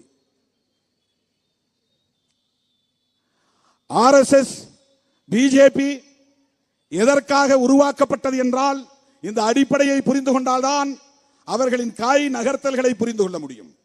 ஏன் அவர்கள் அடிப்படை பிரச்சனைகளை பேசவில்லை, சாதிய முரண்களை பேசவில்லை, ஒடுக்கப்பட்ட மக்களின் வாழ்வாதார உரிமைகள் குறித்து பேசவில்லை, கல்வி தொடர்பான பிரச்சனைகளை பேசவில்லை, தொழில் வர்த்தகம் தொடர்பான பிரச்சனைகளை பேசவில்லை. ஏன் எந்த ஊருக்கு போனாலும் சாமி பிரச்சனையை, கோவில் பிரச்சனையை கையில் எடுக்கிறார்கள். ஏன்? இதற்கு காரணம் கோல்வாக்கரின் சிந்தனை, வீர சாவர்கரின் சிந்தனை. அவர்கள் இங்கே இந்துக்களை சாதி அடிப்படையில் சாதி உணர்வு ஊட்டி திரட்ட வேண்டும். ஒருத்தங்கிட்ட குரானை பற்றி பேசினால் குரானை அடிப்படையில் இஸ்லாமியர்கள் உலகம் முழுவதும் ஒன்று சேர்ந்து விடுவார்கள். பைபிளை பற்றி பேசினால் கிறிஸ்தவர்கள் உலகம் முழுவதும் பைபிளின் அடிப்படையில் ஒன்று சேருவார்கள். ஆனா இந்துக்களை எந்த வேதத்தை சொல்லி நீ ஒன்று சேர்க்க முடியும்? சேர்க்க முடியாது. அவங்க சொல்ற ஒரே வேதம் பகவத்கீதை தான். பகவத்கீதையை சைவம் ஏற்றுக்கொண்டதா என்றால் ஏற்றுக்கொள்ளவில்லை, வைணவம் தான் ஏற்றுக்கொண்டது. இந்து மதம் என்று ஒன்று இல்லை. சைவம் தனியே இருந்தது, வைணவம் தனியே இருந்தது, சாக்தம் சக்தி வழிபாடு தனியே இருந்தது, கௌமாரம் குமார வழிபாடு தனியே இருந்தது, கானபத்தியம் கணபதி வழிபாடு தனியே இருந்தது, சௌரம் சூரிய வழிபாடு தனியே இருந்தது. இதெல்லாம் இந்தியாவில் இந்து மக்கள் இன்றைக்கு சொல்லப்படக்கூடிய இந்த சமூகத்தினர் கடைபிடித்த வழிபாட்டு முறை. சூரிய வழிபாடு, அதுக்கு பேர் சௌரம், சௌராஷ்டிரம் என்றால் அதில் வரக்கூடிய சௌரம். சாக்தம் அப்படின்னா சக்தியை வழிபடுவது, கௌமாரம் என்றால் முருகனை வழிபடுகிறது, கானபத்தியம் கணபதி அது விநாயகரை வழிபடுவது. அதுக்குள்ள பௌத்த கருத்து வேற, அந்த பௌத்த பார்வை வேற. அதுக்குள்ள இப்ப நான் போக விரும்பல. அது தனி அரசியல், அது தனி அரசியல். அதுக்குள்ள நான் போக விரும்பல. இன்னைக்கு இந்துக்கள் பின்பற்றக்கூடிய எல்லா லட்சணைகளும், கொடியும் காவியும், அவர்கள் பின்பற்றக்கூடிய பண்டிகை முறைகளும் ஒரு காலத்தில் பௌத்த பண்டிகைகளாக இருந்தன, பௌத்த லட்சணைகளாக இருந்தன. பௌத்த துறவிகள் பின்பற்றியதுதான் காவி உடைய. அது இன்றைக்கு இந்துமயமாகிவிட்டது, அது வேறு. ஆகவே அடிப்படை ஒன்றை சொல்லி நான் முடிக்க விரும்புகிறேன். மதச்சார்பின்மை என்பதுதான் அவர்களின் தொண்டையில் குத்திய முள். தொண்டையில போய் அது விழுங்கவும் முடியல, துப்பவும் முடியல. அம்பேத்கரை எதிர்க்கவும் முடியல, அம்பேத்கரை ஏற்கவும் முடியல. அம்பேத்கர் தான் இன்றைக்கு இந்திய அரசியலின் மைய பொருளாக இருக்கிறார். அதை வெளிப்படையாக அவர்களால் பேச முடியாது. 30-35 கோடி மக்கள் எதிராக திரும்பி விடுவார்கள். அதனால் அம்பேத்கருக்கு நினைவிடம், அம்பேத்கருக்கு சிலை, அம்பேத்கருக்கு சமாதி, அம்பேத்கருக்கு கொண்டாட்டம், இதெல்லாம் செய்து கொண்டே அரசமைப்பு சட்டத்தை டைலூட் செய்கிறார்கள், நேர்த்து போக செய்கிறார்கள். என்ன செய்கிறார்கள்? குடியுரிமை திருத்த சட்டம் அரசமைப்பு சட்டத்திற்கு எதிரானது, அது முஸ்லிம்களுக்கு எதிரானது என்று பலரும் கருதுகிறார்கள். இல்லை. வக்ஃப் திருத்த சட்டம் அது முஸ்லிம்களின் மீது தொடுக்கப்படுகிற தாக்குதலாக இருந்தாலும் அது அரசமைப்பு சட்டத்திற்கு எதிரானது. ஜம்மு காஷ்மீருக்கான சிறப்பு அந்தஸ்து ஒழிப்பு சட்டம், ஜம்மு காஷ்மீரை யூனியன் பிரதேசங்களாக உடைத்த சட்டம், அது முஸ்லிம்களுக்கு எதிரானது என்று தோன்றும். ஆனால் அது அரசமைப்பு சட்டத்திற்கு எதிரானது. முத்தலாக் சட்டம் அது முஸ்லிம்களுக்கு எதிரானதாக தோன்றும். ஆனால் அது அரசமைப்பு சட்டத்திற்கு எதிரானது. ஏன் திருமாவளவன் எல்லாவற்றிலும் மூக்க நுழைக்கிறான்? முஸ்லிம்களோடு நெருங்கிய தொடர்பில் இருக்கிறான். முஸ்லிம்கள் பிரியாணி தருகிறார்கள். அட மூடர்களே, நான் பிரியாணியை சாப்பிட மாட்டேன், 30 ஆண்டுகள் ஆகிறது. அது எவனுக்கும் தெரியாது. எவனும் படிக்கிறது இல்லை, டிவி பார்க்கறது இல்லை, வாய்க்கு வந்ததை பேசுறது. வேங்க வயல்ல என்ன செஞ்சாங்கிறான். 3வது நாளே போராட்டம் நடத்துறவன் திருமாவளவன். 5000 பேரை திரட்டி அடுத்த 2 வாரம் கழிச்சு நாடு முழுதும் போராட்டம் நடத்தின இயக்கம் விடுதலை சிறுத்தைகள் கட்சி. விடுதலை சிறுத்தைகள் கட்சி கொடுத்த அழுத்தத்தின் அடிப்படையில் தான் சாதாரண போலீஸ் இருந்த வழக்கு சிபிசிஐடிக்கு மாற்றப்பட்டது. சிபிசிஐடிக்கு மாற்றப்பட்டதற்கு விடுதலை சிறுத்தைகள் கொடுத்த அழுத்தம் தான் காரணம். கடைசியில் அது எப்படி ரிசல்ட் வந்ததுங்கிறது வேற. அதுக்கு என்ன காரணம் நமக்கு தெரியவில்லை. ஆனால் பிஜேபி அதற்காக போராடியதா? அதிமுக அதற்காக போராடியதா? சங் பரிவார அமைப்புகள் போராடியதா? மனித கழிவு கலந்த குடிநீரை குடித்த மக்கள் கிறிஸ்தவர்களா முஸ்லிம்களா? அவர்கள் இந்துக்கள் தானே. சங் பரிவார் கும்பலே, நீங்கள் ஏன் வேங்கவையில் போகவில்லை? நீங்கள் ஏன் வேங்கவயலுக்காக போராடவில்லை? அண்ணாமலை வேங்கவயலுக்காக போராடினாரா? நான் கேட்கிறேன். மோகன் பகவத் வேங்கவயலுக்காக பேசினாரா? அமித்ஷா வேங்கவயலுக்கு போனாரா? பிரதமர் மோடி வேங்கவயல் மக்களின் பிரச்சனையை செவிமடுத்தாரா?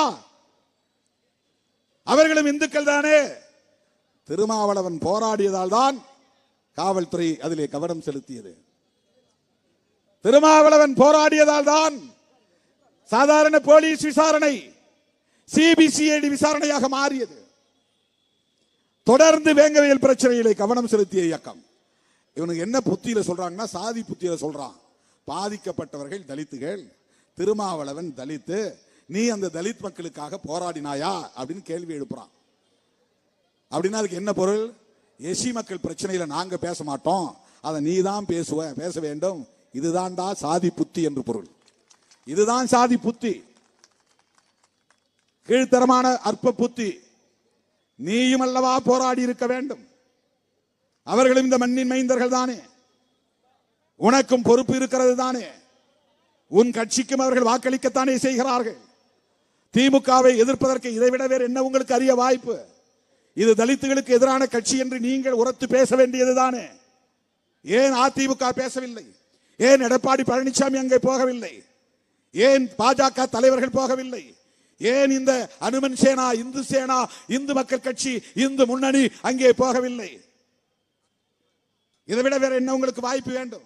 நான் தான் கூட்டணியில் இருக்கிறேன், பேச முடியல, சரி வாய் மூடிக்கிட்டு இருக்கிறேன். உனக்கு அல்வா மாதிரியாச்சே, கையில எடுத்துக்கலாமே, தூக்கிக்கலாமே, தினம் போராடலாமே. தலித் விரோத கட்சி திமுக, தலித் விரோத கட்சி திமுக, வேங்கவயல் மக்களுக்கு அநீதி பேச வேண்டியது தானே. எனக்கு ஒரு சந்தோஷமா இருக்கும்ல. சரி, நம்மளால தான் குரல் கொடுக்க முடியல, அவங்களாவது குரல் கொடுக்கறாங்க. உன்னால் அதை செய்ய முடியாது. ஏனென்றால் நீ சாதியவாதி, சாதிய புத்தி உள்ளவன். தலித்துகளுக்கு எவ்வளவு கொடுமை இழைக்கப்பட்டாலும் அவன் இந்துவாக இருந்து உனக்கு ஓட்டு போட வேண்டும் என்று தான் நினைப்பாயே தவிர, அவன் ஒடுக்கப்பட்டவன், அவனுக்கு நீதி வேண்டும் என்று ஒருபோதும் முன்னால் குரல் கொடுக்க முடியாது. அந்த ஒடுக்கப்பட்ட மக்களுக்காக உடனே போய் நிற்பவன் திருமாவளவன் தான், திருமாவளவன் தான், திருமாவளவன் தான். ஆக திருப்பரங்குன்றம் பிரச்சனையில் அவன் உடனடியாக தலையிடுவதற்கு காரணம், அது இந்து பெரும்பான்மை மக்களின் கோரிக்கை அல்ல, அது RSS செயல் திட்டம். அவன் கணக்கெடுத்து வைத்திருக்கிறான். தமிழ்நாட்டிலே மொத்தம் 175 மசூதிகளை அடையாளம் கண்டு வைத்திருக்கிறான். தர்காக்கள் உட்பட. வாஞ்சிநாதன் இங்கே சொன்னாரு, அவன் ஒரு வலைத்தளம் வச்சிருக்கிறான். அதுதாங்க சொன்னார். பல பேர் கவனித்தீர்களா தெரியவில்லை. அந்த வலைத்தளத்தின் பெயர் reclaimtemples.com. reclaim temples அப்படி ஒரு வலைத்தளம், ஒரு வெப்சைட். அதில் அவன் இந்தியா முழுக்க ஒரு டேட்டா எடுத்திருக்கிறான், அதில் பதிவு செஞ்சிருக்கிறான். அந்த டேட்டாவில் என்ன சொல்லியிருக்கிறான்னா, இந்தியா முழுக்க எந்தெந்த மாநிலங்களில் எத்தனை மசூதிகள் இருக்கின்றன, இடிக்கப்பட வேண்டிய மசூதிகள், தர்காக்கள், அவன் ஒரு கணக்கு எடுத்து வச்சிருக்கிறான். அந்த கணக்கின்படி அவன் ஒவ்வொன்றாக அதை இடிக்க வேண்டும் என்று திட்டம் போடுகிறான். அந்த திட்டத்தில் ஒன்று திருப்பரங்குன்றம். இங்க இப்படிதான் நீங்க புரிஞ்சுக்கணும். திருப்பரங்குன்றத்தில் முருகனை வழிபடக்கூடிய இந்து சமூகத்தை சார்ந்த யாரும் இஸ்லாமியர்கள் மீது குற்றம் சொல்லவில்லை. திருப்பரங்குன்றத்திலே வசிக்கக்கூடிய இந்து மக்கள் யாரும் சிக்கந்தர் தர்காவை இடிக்க வேண்டும் என்று சொல்லவில்லை. அந்த திருப்பரங்குன்றத்தை சார்ந்த இந்து சமூகத்தை சார்ந்த யாரும் வழக்கு தொடுக்கவில்லை. வழக்கு தொடுக்கிறவன் சங்கி. யார் அவன்? கோல்வாக்கர், ஹெட்கேவார், வீர சவார்கர் என்கிற கும்பலை சார்ந்த ஆட்கள். அவர்களின் நோக்கம் என்ன? அவர்களின் நோக்கம் நாடு முழுக்க இந்த பட்டியலை வைத்துக் கொண்டு தர்காக்களை இடிக்க வேண்டும், மசூதிகளை இடிக்க வேண்டும். அவனுக்கு என்னன்னா ஒரு வெறுப்பை விதைக்கிறான். பாருங்க, முஸ்லீம், அவன் மைனாரிட்டி, அவன் எத்தனை இடத்துல ஸ்கூல் வச்சிருக்கிறான் பார், மெயினான இடத்துல எத்தனை இடத்துல மசூதி கட்டியிருக்கிறான், சர்ச்சஸ் பாருங்க எல்லா இடங்கள்லையும் வளைச்சு போட்டிருக்கிறான், எவ்வளவு ஸ்கூல்ஸ், எவ்வளவு காலேஜ், அதெல்லாம் யாருக்கு பயன்படுகிறது? அந்த சர்ச் யாருக்கு பயன்படுகிறது? ஏன் உன்னால் அது போல மருத்துவமனையை கட்ட முடியவில்லை? வேலூர் சிஎம்சி மருத்துவமனையை போல் ஒரு மருத்துவமனையை உன்னால் ஏன் கட்ட முடியவில்லை? ஏன் அந்த மக்களுக்கு மருத்துவம் அளிக்க முடியவில்லை? நீ இந்து தானே, அவனை பார்த்து நீ ஏன் பொறாமைப்படுகிறாய்? அவர் இந்து மக்களுக்கு தானே சிகிச்சை அளிக்கிறான். இந்து சமூகத்தை சார்ந்தவர்கள் தானே அதிகம் படிக்கிறார்கள். லயோலா கல்லூரியிலே படிக்கிறவர்களில் எவ்வளவு பேர் இந்து மாணவர்கள்? எம்சிசி கல்லூரியிலே படிப்பவர்கள் எவ்வளவு பேர் இந்து மாணவர்கள்? இந்துக்கள் யாரும் படிக்கவில்லையா? எத்தனை பள்ளிகளில் ஐஏஎஸ் படித்தவர்கள் இந்துக்களாகி இருக்கிறார்கள்? கிறிஸ்தவ மிஷனரிகளிலே படித்தவர்கள். கல்விக்கூடங்களை முதலில் திறந்து விட்டது கிறிஸ்தவ மிஷனரிகள் தானே. நீ தெருவிலேயே நடக்கக்கூடாது என்று சொன்னாயே. என்னை வீட்டு சமையலறை வரையில் விட்டவன் கிறிஸ்தவ மிஷனரி தானே. நான் சமைத்த மாட்டுக்கறியை ருசித்து சாப்பிட்டவன் வெள்ளைக்காரன் தானே, பிரிட்டிஷ்காரன் தானே.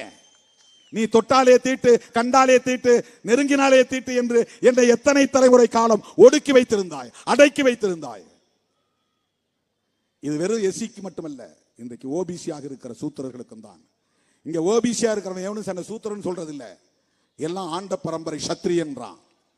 ஆனா புராணமே, இந்து புராணமே என்ன சொல்லுதுன்னா, பரசுராமர்னு ஒருத்தர் இருந்தாரு.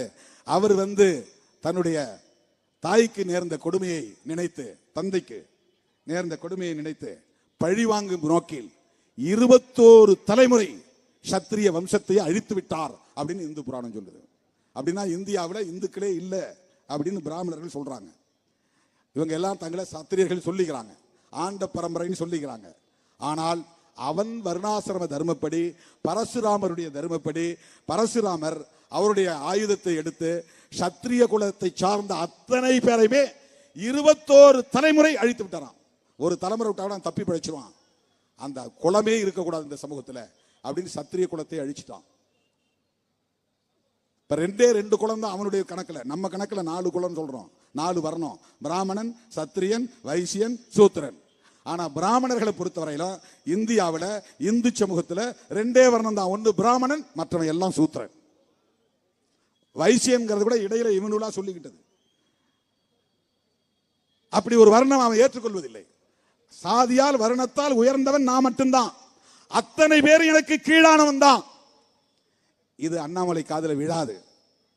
எச்சி ராஜா உயர்ந்த சாதி, அண்ணாமலை கீழ் சாதி. அதுதான் வர்ணாசிரமம் சொல்லுது, அதுதான் பார்ப்பனிய தர்மம் சொல்லுகிறது. எச்சி ராஜா வசந்த சாதி, நயினார் நாகேந்திரன் கீழ் சாதி. அதுதான் வர்ணாசிரமம் சொல்கிறது, பார்ப்பனியம் சொல்லுகிறது, ஆரியம் சொல்லுகிறது. மோகன் பகவத் உயர்ந்த சாதி, அக்கா தமிழிசை தாழ்ந்த சாதி. அதுதான் ஒரு சங்கராச்சாரி சொன்னார். ஒரு பாப்பாங்கையில தொட்டு கொடுக்கிறார் துணிய, கவர்னரா இருக்கிற அக்கா தமிழிசைக்கு தூக்கி போடுறாரு துணிய. அப்பவே வெளியே வந்திருக்க வேண்டாம், உறவு வேண்டாம், நட்பு வேண்டாம், போங்கடா எங்க அப்பா வழியில நான் போறேன்னு வெளியே வந்திருக்கணும் அக்கா தமிழிசை.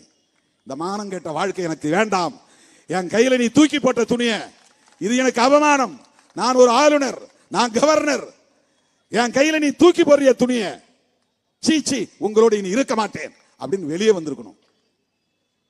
நான் திமுக கூட்டணியில இருந்து வெளியே வரலங்கிறது அவங்களுக்கு கவலை, எல்லாருக்கும் கவலை அதுதான். இவன் என்னையா ஒரே அடியா போய் நின்னுக்கிட்டான்.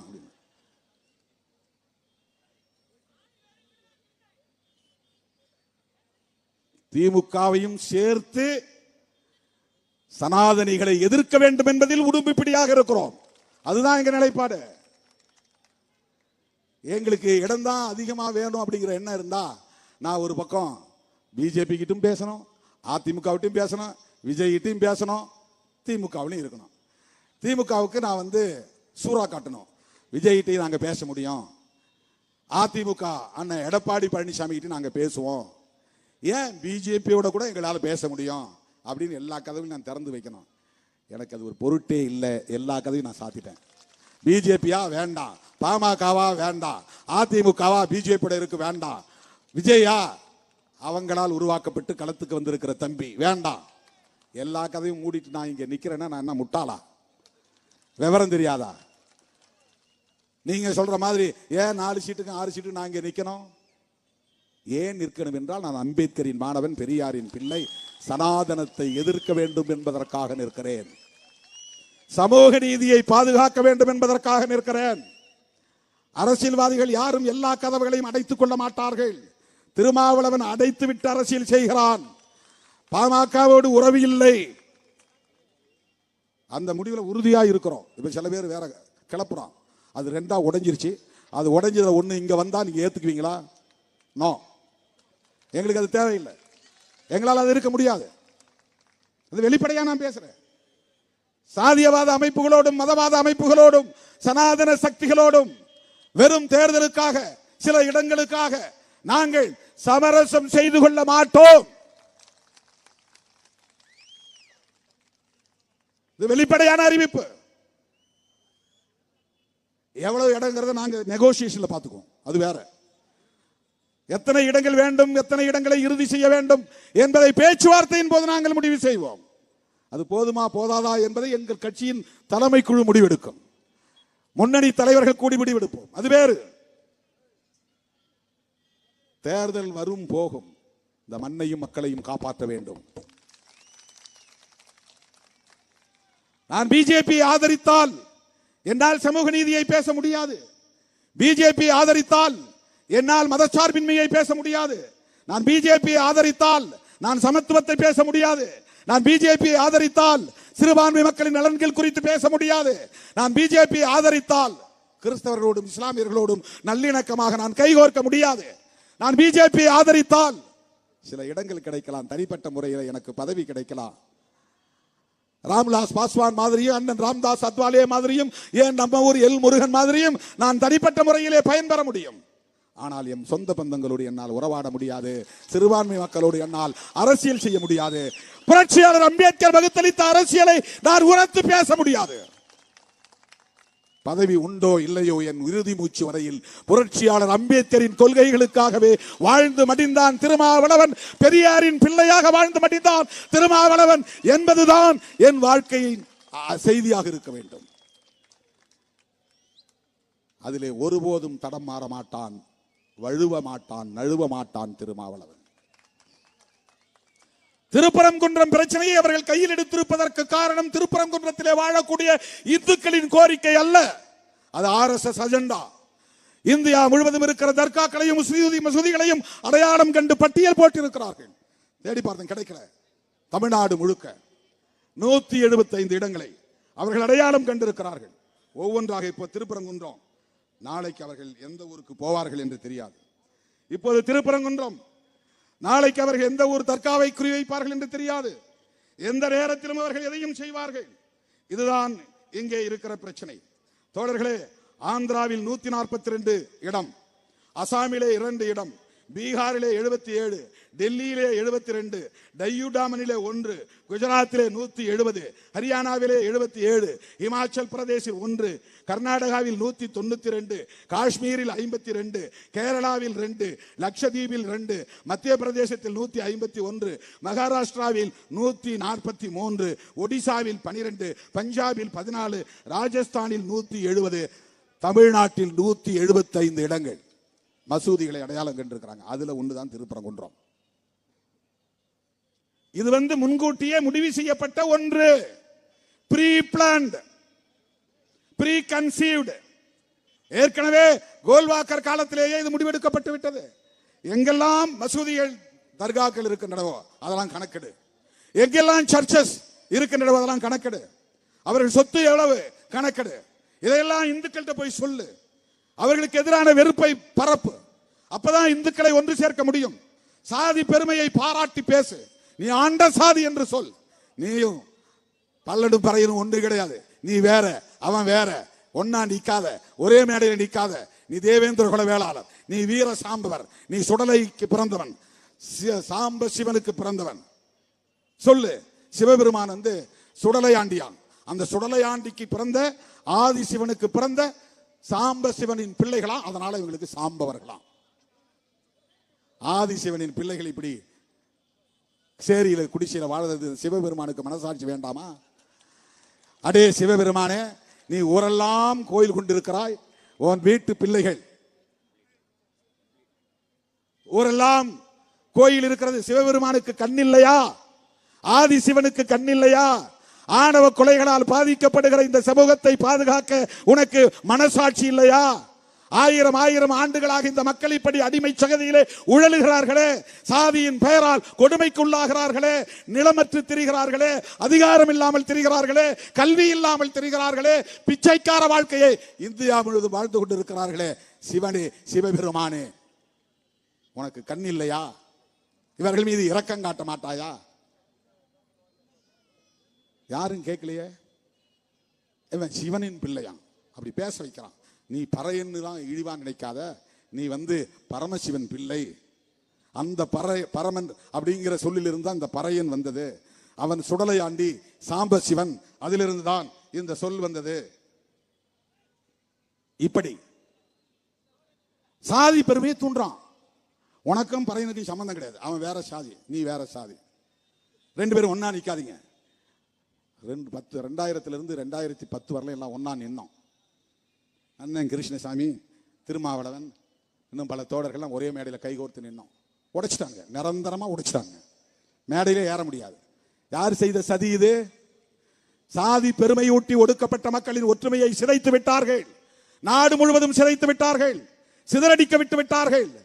குஜராத்துக்கு போனா நாளா கிடக்கிறான், அகமதாபாத் பீகார் போன நாளா உடைஞ்சு கிடக்கிறான், உத்தரப்பிரதேச போன நாளா உடைஞ்சு கிடக்கிறான், ஆந்திர பிரதேச போன நாளா உடைஞ்சு கிடக்கிறான். ஏ கேட்டகரி, பி கேட்டகரி, உனக்கு தனியா இடஒதுக்கீடு, நீ பட்டியலிருந்து வெளியே வா. இதெல்லாம் யார் கொடுத்த அஜெண்டா? இந்தியா முழுவதும் ஒரே சமூகமாக புரட்சியாளர் அம்பேத்கர் பெயரை சொல்லி வெகுண்டெழுந்த இனத்தை சாதியின் பெயரால் கூறு போட்டு உடைத்து சிதறடித்து, இப்ப யாரும் தலித்துன்னு சொல்லக்கூடாது, எசின்னு சொல்லக்கூடாது. நாங்க உள்ளூருக்குள்ளே குப்பை கொட்டிக்கிறேன் போதும். இந்தியா முழுவதும் ஒரே இனமாக வெகுண்டெழுந்த காலம் மாறி போய்விட்டது. இது யாருடைய சதியால் நிகழ்ந்தது? RSS சதியால் நிகழ்ந்தது. சிதறடிக்கப்பட்டு விட்டார்கள். ஓபிசி ஒற்றுமை சிதறடிக்கப்பட்டு விட்டது. எல்லா ஆண்ட பெருமை பேசுறான், எல்லாரும் சத்திரியன். யாதவர்கள் பல குழுக்களாக சிதறி போனார்கள். இந்தியா முழுவதும் ஓபிசி சமூகம் ஒற்றுமையாக இல்லை, உடைத்தெறியப்பட்டு விட்டது. இதுதான் பார்ப்பனிய சூழ்ச்சி, இதுதான் சனாதன சூழ்ச்சி.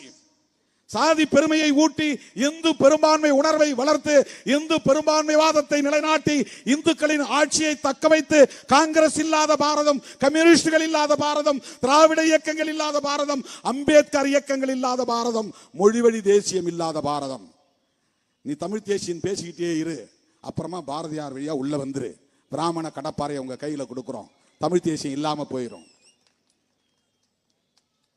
தமிழ் தேசியத்தை அழிப்பதற்கு இன்றைக்கு அவர்கள் கையிலே பிராமண கடப்பாறையை கொடுத்திருக்கிறார்கள். இந்த சதியை புரிந்து கொண்டு தோழர்களே,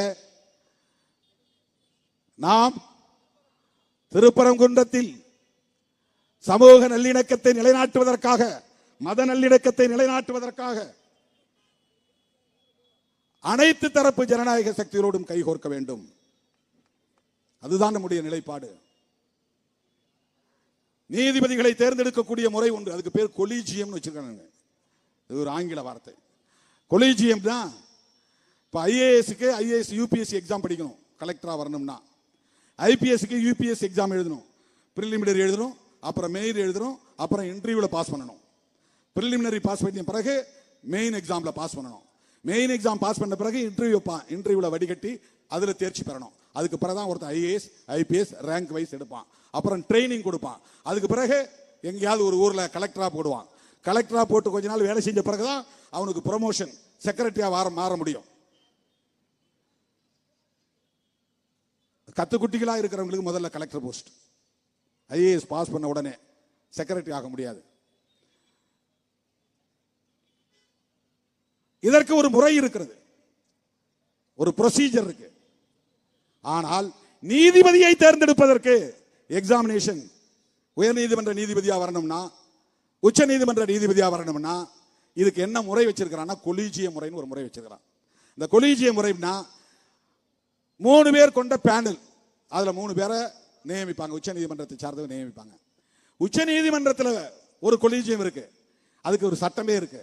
அந்த சட்டத்தில் இதுவரையிலும் 3 பேர் கொண்டதுல ஒரு இந்திய தலைமை நீதிபதியும் இருப்பார், அப்போசிஷன் எதிர்கட்சி தலைவரும் அதில் இருப்பார், பிரதமரும் இருப்பார். 3 பேர் பிரதமர். ஆனா இவன் சட்டத்தை கொண்டு வந்து சிஜிஐ இருக்க மாட்டாங்க, தூக்கி போட்டான். ஏன்னா யார் வேணாலும் இப்போ கேஜி பாலகிருஷ்ணன் மாதிரி ஒரு அம்பேத்கர் ரைட் வந்துட்டா இவங்க பேச்சை கேட்க மாட்டாங்க. 2 பேர் ஒன்னா சேர்ந்துருவாங்க. ஆப்போசிஷன் பார்ட்டினா யாரு? எதிர்கட்சி. எதிர்கட்சியை சார்ந்தவனும் தலைமை நீதிபதி ஒன்னா சேர்ந்துட்டா பிரதமராக இருக்கிறவன் எடுக்கிற முடிவு செல்லாது. 3 பேர் கொண்ட கொலீஜியம். அதனால அவங்க விரும்புற ஒரு அமைச்சரை போடலாம். பிரதமர் தானே கொலீஜியம். உச்ச நீதிமன்றத்துக்கு தேர்தல் ஆணையத்திற்கானது. அது தேர்தல் ஆணையரை நியமிப்பதற்கான அமைப்பு முறை. இந்த கொலீஜியம் வந்து உச்ச நீதிமன்றத்திலேயே நீதிபதிகள் கொண்ட ஒரு குழுவை நியமிக்கிறார்கள். அந்த கொலீஜியத்தில் இருக்கிற பேனல் இருக்கிற நீதிபதிகள் இங்க உயர் நீதிமன்ற நீதிபதிகளை தேர்வு செய்யறாங்க. விரும்பியபடி தீர்ப்பை எழுதி கொண்டார்கள். அது உள்ளபடியே ஆதாரங்களின் அடிப்படையில் வழங்கப்பட்ட தீர்ப்பு இல்லை. அந்த நீதிபதியே சொல்றார். என்ன சொல்றாருன்னா, இங்கே ராமர் பிறந்தார் என்பதற்கு ஆதாரம் இல்லை, இங்கே இந்து கோவில் இருந்தது என்பதற்கு ஆதாரம் இல்லை, ஒரு கட்டிடம் இருந்தது ஆனால் அது இந்து கோவில் தானா என்பதற்கு ஆதாரம் இல்லை, பாபர் மசூதியை இடித்தது தப்புதான், அது குற்றம்தான், ஆனாலும் இந்த இடத்தில் ராமருக்கு கோவில் கட்டுங்கள். இதான் தீர்ப்பு. அப்ப பாபர் மசூதி தள்ளி ஒரு இடத்துல அரசாங்கமே இடம் கொடுங்க, அவங்க கட்டிக்கிட்டோம். இதுக்கு பேர் தான் கட்ட பஞ்சாயத்து. கட்ட பஞ்சாயத்துனா என்னன்னா, கட்டன்னா ஷார்ட்னு அர்த்தம். கட்டன்னா கட்டையில் உட்காந்து பேசுற பஞ்சாயத்து இல்லை, ஷார்ட். கட்ட பஞ்சாயத்துனா ஷார்ட். நீதிமன்றம்னா லாங்கா இழுத்துட்டு போவோம், வருஷ கணக்கில், பல வருஷம், 10 வருஷம், 20 வருஷம், 30 வருஷம் போயிடும். ஷார்ட்டா முடிக்கிறேன்டா உட்காந்து ஊர்ல பேசி இப்படி போ முடிவு பண்ணு ஒரு தீர்ப்பு சொல்லிடுவான். அதுக்கு பேர் கட்ட பஞ்சாயத்து. நீதிமன்றமே கட்ட பஞ்சாயத்து தீர்ப்பை வழங்குகிறது. பாபர் மசூதியை இடித்தது தவறு என்றால் இடித்தவன் யார், அவன் மேல பூரா கேஸ் போடல சொல்லணும். அதான சுப்ரீம் கோர்ட், அதுதானே நீதி. யார் யார் காரணமா இருந்தா, நரசிம்மராவ் இருந்தாருன்னா அவர் பிரச்சனை காரணம், கல்யாண் சிங் இருந்தாரா அவர் காரணம், அவர் மேல கேஸ் போடு. 2 பேரும் இல்லையா, அந்த காலத்துல யார் அதிகாரிகளா இருந்தா, அமைச்சர்களா இருந்தா, எல்லா மேலும் கேஸ போடு. பாபர் மசூதி இடித்தது தப்பு, அவ்வளவு பேர் மேலும் கேஸ போட்டு உள்ள தூக்கி வை. நீதிமன்றம் தீர்ப்பு கொடுத்துருக்கணும்ல, ஏன் கொடுக்கல? அதெல்லாம் எதுவுமே சொல்லாம இங்க ராமர் பிறக்கல, ராமர் கோயில் இல்ல, அங்க இடிக்கப்பட்ட கட்டிடம் இந்து கோயில் இல்ல, அந்த இடத்துல பாபர் மசூதி இருந்தது உண்மை, அதை இடித்தது குற்றம், ஆனாலும் இந்த இடத்தில் தான் ராமருக்கு கோயில் கட்டணும். இது என்ன தீர்ப்பு? இதுதான் RSS தீர்ப்பு. இங்கே திருப்பரங்குன்றத்தில் இந்துக்கள் யாரும் பிரச்சனை செய்யவில்லை, முஸ்லிம்களுக்கும் இந்துக்களுக்கும் சண்டை இல்லை. இந்த தூண் தான் தீபம் ஏற்றிய தூண் என்று யாரும் சொல்லவில்லை. ஆனால் ஒருவரை வழக்கு போட வைத்து அவசரமாக விசாரித்து தானே ஒரு விசாரணையை மேற்கொண்டு ஆய்வை மேற்கொண்டு நானே நேரடியாக போனேன் என்று ஒரு தீர்ப்பை எழுதுகிறார் ஒரு நீதிபதி. நடைமுறைப்படுத்துங்கள் என்று ஆணையிடுகிறார் உள்ளூர் போலீஸுக்கு. CISF நீதிமன்றத்தில் காவலுக்கு வந்தவர்களை அங்கே அனுப்பி வைக்கிறார். இதெல்லாம் எவ்வளவு பெரிய அத்துமீறல் இது, எவ்வளவு பெரிய அத்துமீறல் இது, சட்ட மீறல் இது, மரபு மீறல் இது, அநீதி இது. எப்படி இதையெல்லாம் பொறுத்துக் கொள்ள முடியும்? உடனே கண்டெம்ட் ஆஃப் கோர்ட். நீ எல்லாத்தையும் மீறி அடாவடித்தனமாக ஒரு தீர்ப்பை தருகிற போது அந்த தீர்ப்பை நடைமுறைப்படுத்தியே தீர வேண்டும் என்று எப்படி கட்டாயமாக இருக்க முடியும்? இந்த இடத்தில் திமுக அரசை நாங்கள் பாராட்டுகிறோம், காவல்துறையை பாராட்டுகிறோம். வாஞ்சிநாதன் இங்கு சொல்லும் போது இந்த பிரச்சனை உருவானதுல காவல்துறையும் அறநிலையத்துறையும் திமுக அரசாங்கமும் பிழை செய்து விட்டது என்று சொன்னார். அந்த நடைமுறையிலே அவர் தொடர்ந்து பயணித்ததன் அடிப்படையில் இந்த கருத்தை சொன்னார். அதை நாங்கள் மறுதலிக்கவில்லை. அங்கே இருக்கிற அதிகாரிகள், இன்ஸ்பெக்டர் மதுரை வீரன், அறநிலையத்துறையை சார்ந்த உதவி ஆணையர் சுந்தரக்கண்ணன், RDO, இவர்கள் எல்லாம் சங்க பரிவாரங்களுக்கு துணை போனார்கள், காவல்துறை அதிகாரிகள் துணை போனார்கள். அதனால் இது பிரச்சனை பெரிதாகிவிட்டது.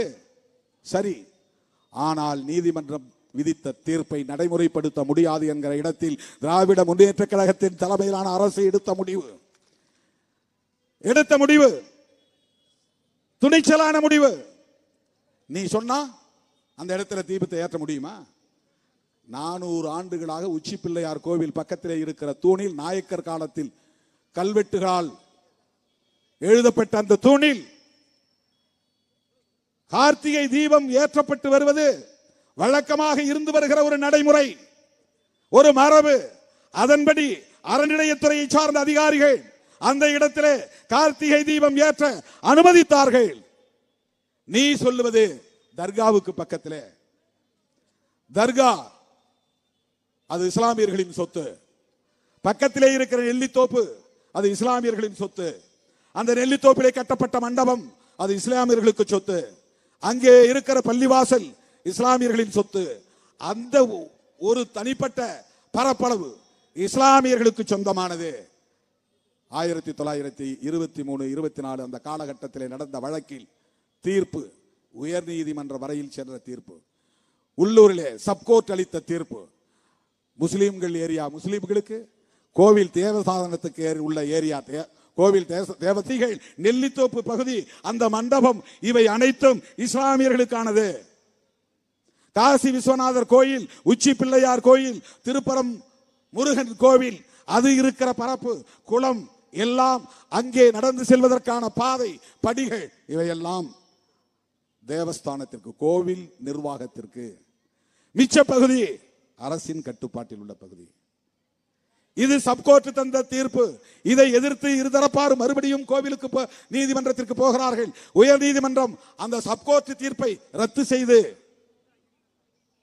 ஆணையிடுகிறது. உடனே அப்போது பிரிட்டிஷ் கவர்மெண்ட், பிரிவி கவுன்சில், அதுதான் உச்ச நீதிமன்றம், அங்கே போகிறார்கள். அந்த நீதிமன்றம் என்ன சொல்லுகிறது என்றால், உயர் நீதிமன்றம் போட்ட ஆணையை ரத்து செய்துவிட்டு சப்கோர்ட் என்ன சொன்னதோ அதுதான் சரி, அதன்படி போய் எல்லோரும் செயல்படுங்கள். பிரச்சனையே இல்லை. முஸ்லிம்களுக்குரியது முஸ்லிம்களுக்கு, கோவில் நிர்வாகத்துக்குரியது கோவில் நிர்வாகத்திற்குரியது, மிச்ச இடம் அரசாங்கத்தின் கட்டுப்பாட்டில் உள்ளது. எந்த பிரச்சனையும் இல்லாமல் போனது. இடையில கொஞ்ச காலத்துக்கு பிறகு நெல்லித்தோப்பு பகுதியில் முஸ்லிம்கள் ஏதோ ஒரு புது மண்டபம் கட்ட முயற்சிக்கிறார்கள், கல்லை வெட்டுகிறார்கள். அதற்காக ஒருத்தன் வழக்குக்கு போறான்.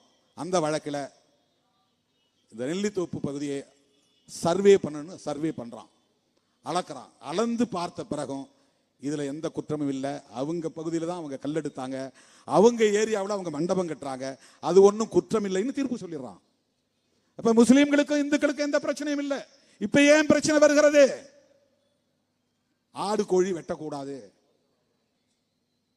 ஜெயலலிதா அம்மா இப்படி ஒரு சட்டம் கொண்டு வந்தப்ப முதல்ல எதிர்த்த இயக்கம் விடுதலை சிறுத்தைகள் கட்சி.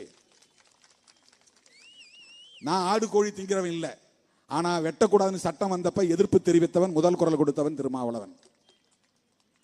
ஆடு கோழி பலியிட தடை சட்டம் கொண்டு வந்த போது, மதமாற்ற தடை சட்டம் கொண்டு வந்த போது அதை எதிர்த்து சேலத்திலே மாநாடு நடத்துறோம். ஜார்ஜ் பெர்னாண்டஸ் வந்து அதில் கலந்துகிட்டார். இப்ப ஆடு கோழியை வெட்டக்கூடாது. அங்க முஸ்லிம்கள் மட்டும்தான் வெட்டுகிறார்களா என்றால் இல்லை, இந்துக்களும் வெட்டுகிறார்கள். ஆடு கோழியை பலியிட இந்துக்களுக்கும் அங்கே சுதந்திரம் இருந்தது. அதை யாராவது மறுப்பார்களா? நடந்தது. அதுக்கு நீதிமன்றத்துக்கு போய் ஒருத்தன் ஃபேவரா ஆர்டர் வாங்குறான். அந்த ஆர்டரை நடைமுறைப்படுத்த சொல்லி போலீஸ் சொல்றாங்க. இங்க இருந்தா பிரச்சனை ஸ்டார்ட் ஆகுது. ஆனால் இது மட்டுமே காரணம் இல்லை. ஆடு கோழி பலியிட தடை இல்லாவிட்டாலும் கூட, போலீஸ் அதிலே தலையிடாவிட்டாலும் கூட, இதை பிரச்சனையாக்குவதுதான் RSS உடைய திட்டம். அதுதான் நீங்க புரிஞ்சுக்கணும். Thiruparankundram targeted place. தர்கா இடிக்கப்பட வேண்டும். இதை விடவே மாட்டார்கள் அவர்கள். பிரச்சனை செய்து கொண்டே இருப்பார்கள். தேர்தல் வரை மட்டுமல்ல, பிறகும் தொடருவார்கள். நாம் விழிப்பாக இருக்க வேண்டும். மதுரை மக்களுக்கு நான் விடுக்கிற வேண்டுகோள், மதுரை மண் அமைதியாக இருக்கிறது, மத நல்லிணக்கத்தோடு இருக்கிறது. முஸ்லிம்களுக்கும் கிறிஸ்தவர்களுக்கும் இந்துக்களுக்கும் இடையில் எந்த பிரச்சனையும் இல்லை. எல்லோரும் ஒற்றுமையாக மத நல்லிணக்கத்தோடு வாழ்ந்து கொண்டிருக்கிறோம். இதை வன்முறை காடாக்குவதற்கு முயற்சிக்கிறார்கள். அதற்கு இடம் கொடுக்க கூடாது. இது பொதுமக்களுக்கு நான் விடுக்கிற வேண்டுகோள். இந்திய அரசுக்கும் ஜனநாயக சக்திகளுக்கு நான் விடுக்கிற வேண்டுகோள், நீதிபதியை தேர்ந்தெடுக்கும் முறையிலே கொலீஜியம் என்கிற முறை கூடாது. ஜனநாயக முறைப்படி நீதிபதிகளை தேர்ந்தெடுக்க நீதிபதிகளின் இடஒதுக்கீட்டு முறையை கொண்டு வர வேண்டும். உச்ச நீதிமன்ற நீதிபதிகள் எத்தனை பேர் இருக்கிறார்களோ அதிலே எஸ்சி எஸ்டி ஓபிசி இடஒதுக்கீட்டு முறையை கட்டாயப்படுத்த வேண்டும். உச்ச நீதிமன்ற நீதிபதிகளில் இன்றைக்கு இருக்கிற எண்ணிக்கையிலே எத்தனை பேர் ஓபிசி? ஓபிசி தலைவர்களை பார்த்து நான் கேட்கிறேன். பிற்படுத்தப்பட்ட இந்துக்களுக்காக போராடக்கூடியவர்களை பார்த்து கேட்கிறேன். எஸ்சி எஸ்டி மக்களை எதிரிகளாக பார்க்கிறவர்களை பார்த்து நான் கேட்கிறேன். நீங்கள் எஸ்சி எஸ்டி நீதிபதிகள் எத்தனை பேர் இருக்கிறார்கள் என்று கூட கேள்வி எழுப்ப வேண்டாம். உச்ச நீதிமன்ற நீதிபதிகளில் எத்தனை பேர் ஓபிசி என்று கணக்கெடுங்கள். ஏன் அதை கேட்க மறுக்கிறீர்கள்? திருமாவளவன் இங்கே குடியேற்ற கூடாது என்று எல்லா சாதியும் ஒன்று சேர்கிறீர்களே. இதே புதூரிலே கொடியேற்றிய போது எத்தனை எதிர்ப்பு, எத்தனை இடங்களில் எங்கள் கட்சி கொடிகளை எல்லாம் நாங்கள் பிடுங்கிக் கொள்கிறோம், ஆனால் விடுதலை சிறுத்தை கொடி பறக்கக்கூடாது, அதற்கு ஒன்று சேருகிறீர்களே. என்றைக்காவது உச்ச நீதிமன்றத்தில் எங்கள் சமூகத்திற்கும் பிரதிநிதித்துவம் வேண்டும் என்று சொல்லி இருக்கிறீர்களா? போராடி இருக்கிறீர்களா? ஒன்று சேர்ந்திருக்கிறீர்களா?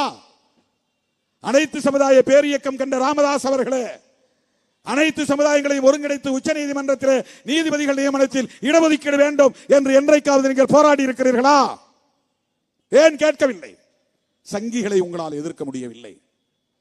அங்கே இன்றைக்கு இருக்கிற நீதிபதிகளில் 90 விழுக்காட்டுக்கு மேல் உயர் சாதி பார்ப்பனர்கள் உள்ளிட்ட உயர் சாதி நீதிபதிகள் தான். எப்படி அவர்களால் உங்களுக்கு தீர்ப்பு வழங்க முடியும்? நல்ல தீர்ப்பு வழங்க முடியும்? இதுதானே பிரச்சனை. ஆகவே கொலீஜிய முறை கூடாது, இது நம்முடைய வேண்டுகோள். திருப்பரங்குன்றத்தை அயோத்தியாக மாற்றுவோம் என்று சொல்லுகிற ராஜாவை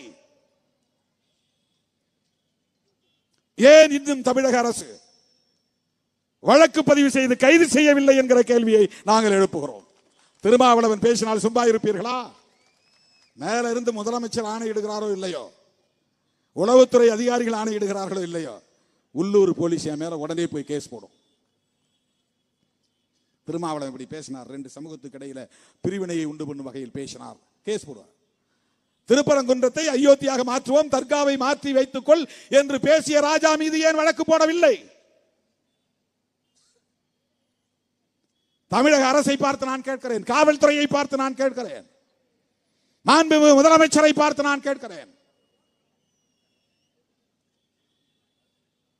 பெரும்பான்மை இந்துக்கள் திமுக தலைமையிலான கூட்டணியை தான் ஆதரிக்கிறார்கள், நினைவிலே வைத்துக் கொள்ளுங்கள். தமிழ்நாட்டில் ஒருபோதும் திமுக கூட்டணிக்கு எதிராக அவர்கள் போக மாட்டார்கள். ராஜா மீது கேஸ் போட்டா இந்துக்கள் எதிராக திரும்பி விடுவார்கள் என்று யாராவது சொல்லி இருந்தால் அதை நம்ப வேண்டாம் என்று சொல்ல நான் கடமைப்பட்டிருக்கிறேன். அருமை தோழர்களே, திருப்பரங்குன்றம் ஒரு அமைதியான இடம். அனைத்து மதங்களும் வழிபாடு செய்யக்கூடிய வழிபாட்டு தலங்களை கொண்ட இடம். இஸ்லாமியர்களும் இந்துக்களும் சகோதரத்துவத்தோடு நல்லிணக்கமாக வாழுகிற இடம். இந்த இடத்தை வன்முறை காடாக்க முயற்சிக்கிற சங் பரிவார் கும்பலுக்கு எச்சரிக்கை விடுக்க கடமைப்பட்டிருக்கிறோம். உங்கள் அரசியலை தட்சிண பாரதத்துக்கு வடக்கே வைத்துக் கொள்ளுங்கள். உங்கள் மொழியில் சொல்லுகிறேன், உங்கள் அரசியலை தட்சிண பாரதம். தட்சிண பாரதம்னா, தட்சிணம்னா தெற்கு, பாரதம்னா இந்தியா. அவங்களுக்கு இந்தியான்னு சொன்ன பிடிக்காது, அவங்களுக்கு பாரதம்னு சொல்லணும். மகாபாரதத்தின் நினைவா பாரதம்னு சொல்றாங்க. பரதன் ஆண்டதா. அம்பேத்கருக்கு அதில் உடன்பாடு கிடையாது. இந்தியான்னு எழுதினார். அப்போ உடன் இருந்த மதவாதிகள்லாம் இல்ல இல்ல இதை இந்துஸ்தான் எழுதுங்க, இல்லைன்னா இந்து ராஷ்டிரான்னு எழுதுங்க அப்படின்னு சொன்னப்ப அவர் ஒத்துக்கல. அப்புறம் பாரத்னாவது எழுதுங்க அப்படின்னு சொன்னப்ப அவர் கொஞ்சம் கன்வின்ஸ் ஆகி எழுதிட்டார். அதுக்கு அவருக்கு அந்த பாரதம்ங்கிற சொல்ல கையாளுறதுல அவருக்கு உடன்பாடு கிடையாது. அதையே இன்றைக்கு இவர்களுக்கு பிடிக்கவில்லை, ஆனாலும் அதை கையாளுகிறார்கள். தட்சிண பாரதம், தென்னிந்தியா. தென்னிந்தியாவுக்கு வடக்கே வைத்துக் கொள்ளுங்கள் உங்கள் அரசியலை. தென்னிந்தியா, குறிப்பாக தமிழ்நாடு முற்றிலும் மாறுபட்ட மண். சிறுத்தைகளின் அரசியல் மேலோங்கி இருக்கும் மண்.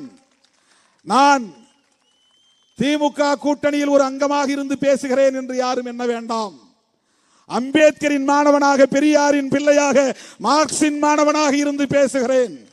சமூக நல்லிணக்கத்தை விரும்புகிறவன் என்கிற முறையிலே பேசுகிறேன். மத நல்லிணக்கத்தை நிலைநாட்ட வேண்டும் என்கிற அடிப்படையில் நான் பேசுகிறேன். அவரவர் மதம் அவரவருக்கு, அவரவர் நம்பிக்கை அவரவருக்கு. அந்த நம்பிக்கைகளுக்குள் யாரும் தலையிடக்கூடாது. இதுதான் எங்கள் வேட்கை, எங்கள் நிலைப்பாடு. அரசமைப்பு சட்டத்தை சீர்குலைக்கக்கூடிய எந்த நடவடிக்கையும் நாங்கள் அனுமதிக்க மாட்டோம். அரசமைப்பு சட்டம் முன்மொழியக்கூடிய கோட்பாடுகளை பாதுகாப்பதுதான் எங்களின் முதன்மை நிலைப்பாடு. அந்த அடிப்படையில் தான் திருப்பரங்குன்றத்திற்கு நாங்கள் வந்திருக்கிறோம். சிறுத்தைகள் வந்திருக்கிறோம், போராளிகள் வந்திருக்கிறோம், மண்ணின் மைந்தர்கள் வந்திருக்கிறோம், சமூக நீதி போராளிகள் வந்திருக்கிறோம். இந்த மண்ணையும் மக்களையும் பாதுகாப்போம், ஜனநாயக சக்திகளின் கைகளை கோர்த்து கொண்டு களமாடுவோம் என்பதை சொல்லி வாய்ப்புக்கு நன்றி கூறி முடிக்கிறேன். நன்றி, வணக்கம். திண்டுக்கல் அருமை தோழர்களே, இஸ்லாமியர் அதிமுகவினர்களே, திண்டுக்கல் இஸ்லாமியர் தலைமையில்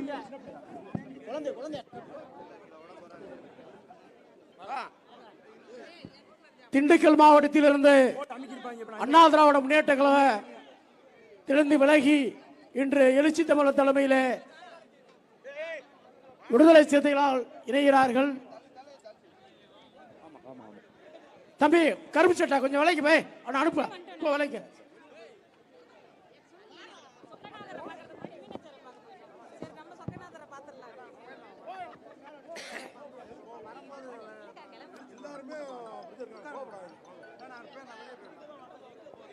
முத்துப்பாண்டி அந்த திண்டுக்கல்காரங்க ஏடிபிக்காரங்க வர்றாங்க, சாலை போட சொல்லுப்பா விலைக்கு. மத்தால அனுப்பி தள்ளி வேலை சொல்லுங்கள. தயவு செய்து வந்து அண்ணனுக்கு வந்து இடம் விடுங்க. மாத்தூர் ஜமாத்திலிருந்து விடுதலை சிறுத்தைகளாய் தன்னை இணைத்துக் கொண்ட இஸ்லாமியர்களுக்கு விடுதலை சிறுத்தைகள் கிழக்கு மாவட்டத்தின் சார்பில் நெஞ்சார்ந்த நன்றியை தெரிவித்துக் கொள்கிறோம். அதே போல திண்டுக்கல் மாவட்டத்திலிருந்து வருகை புரிந்து திண்டுக்கல் ஜமாத்திலிருந்து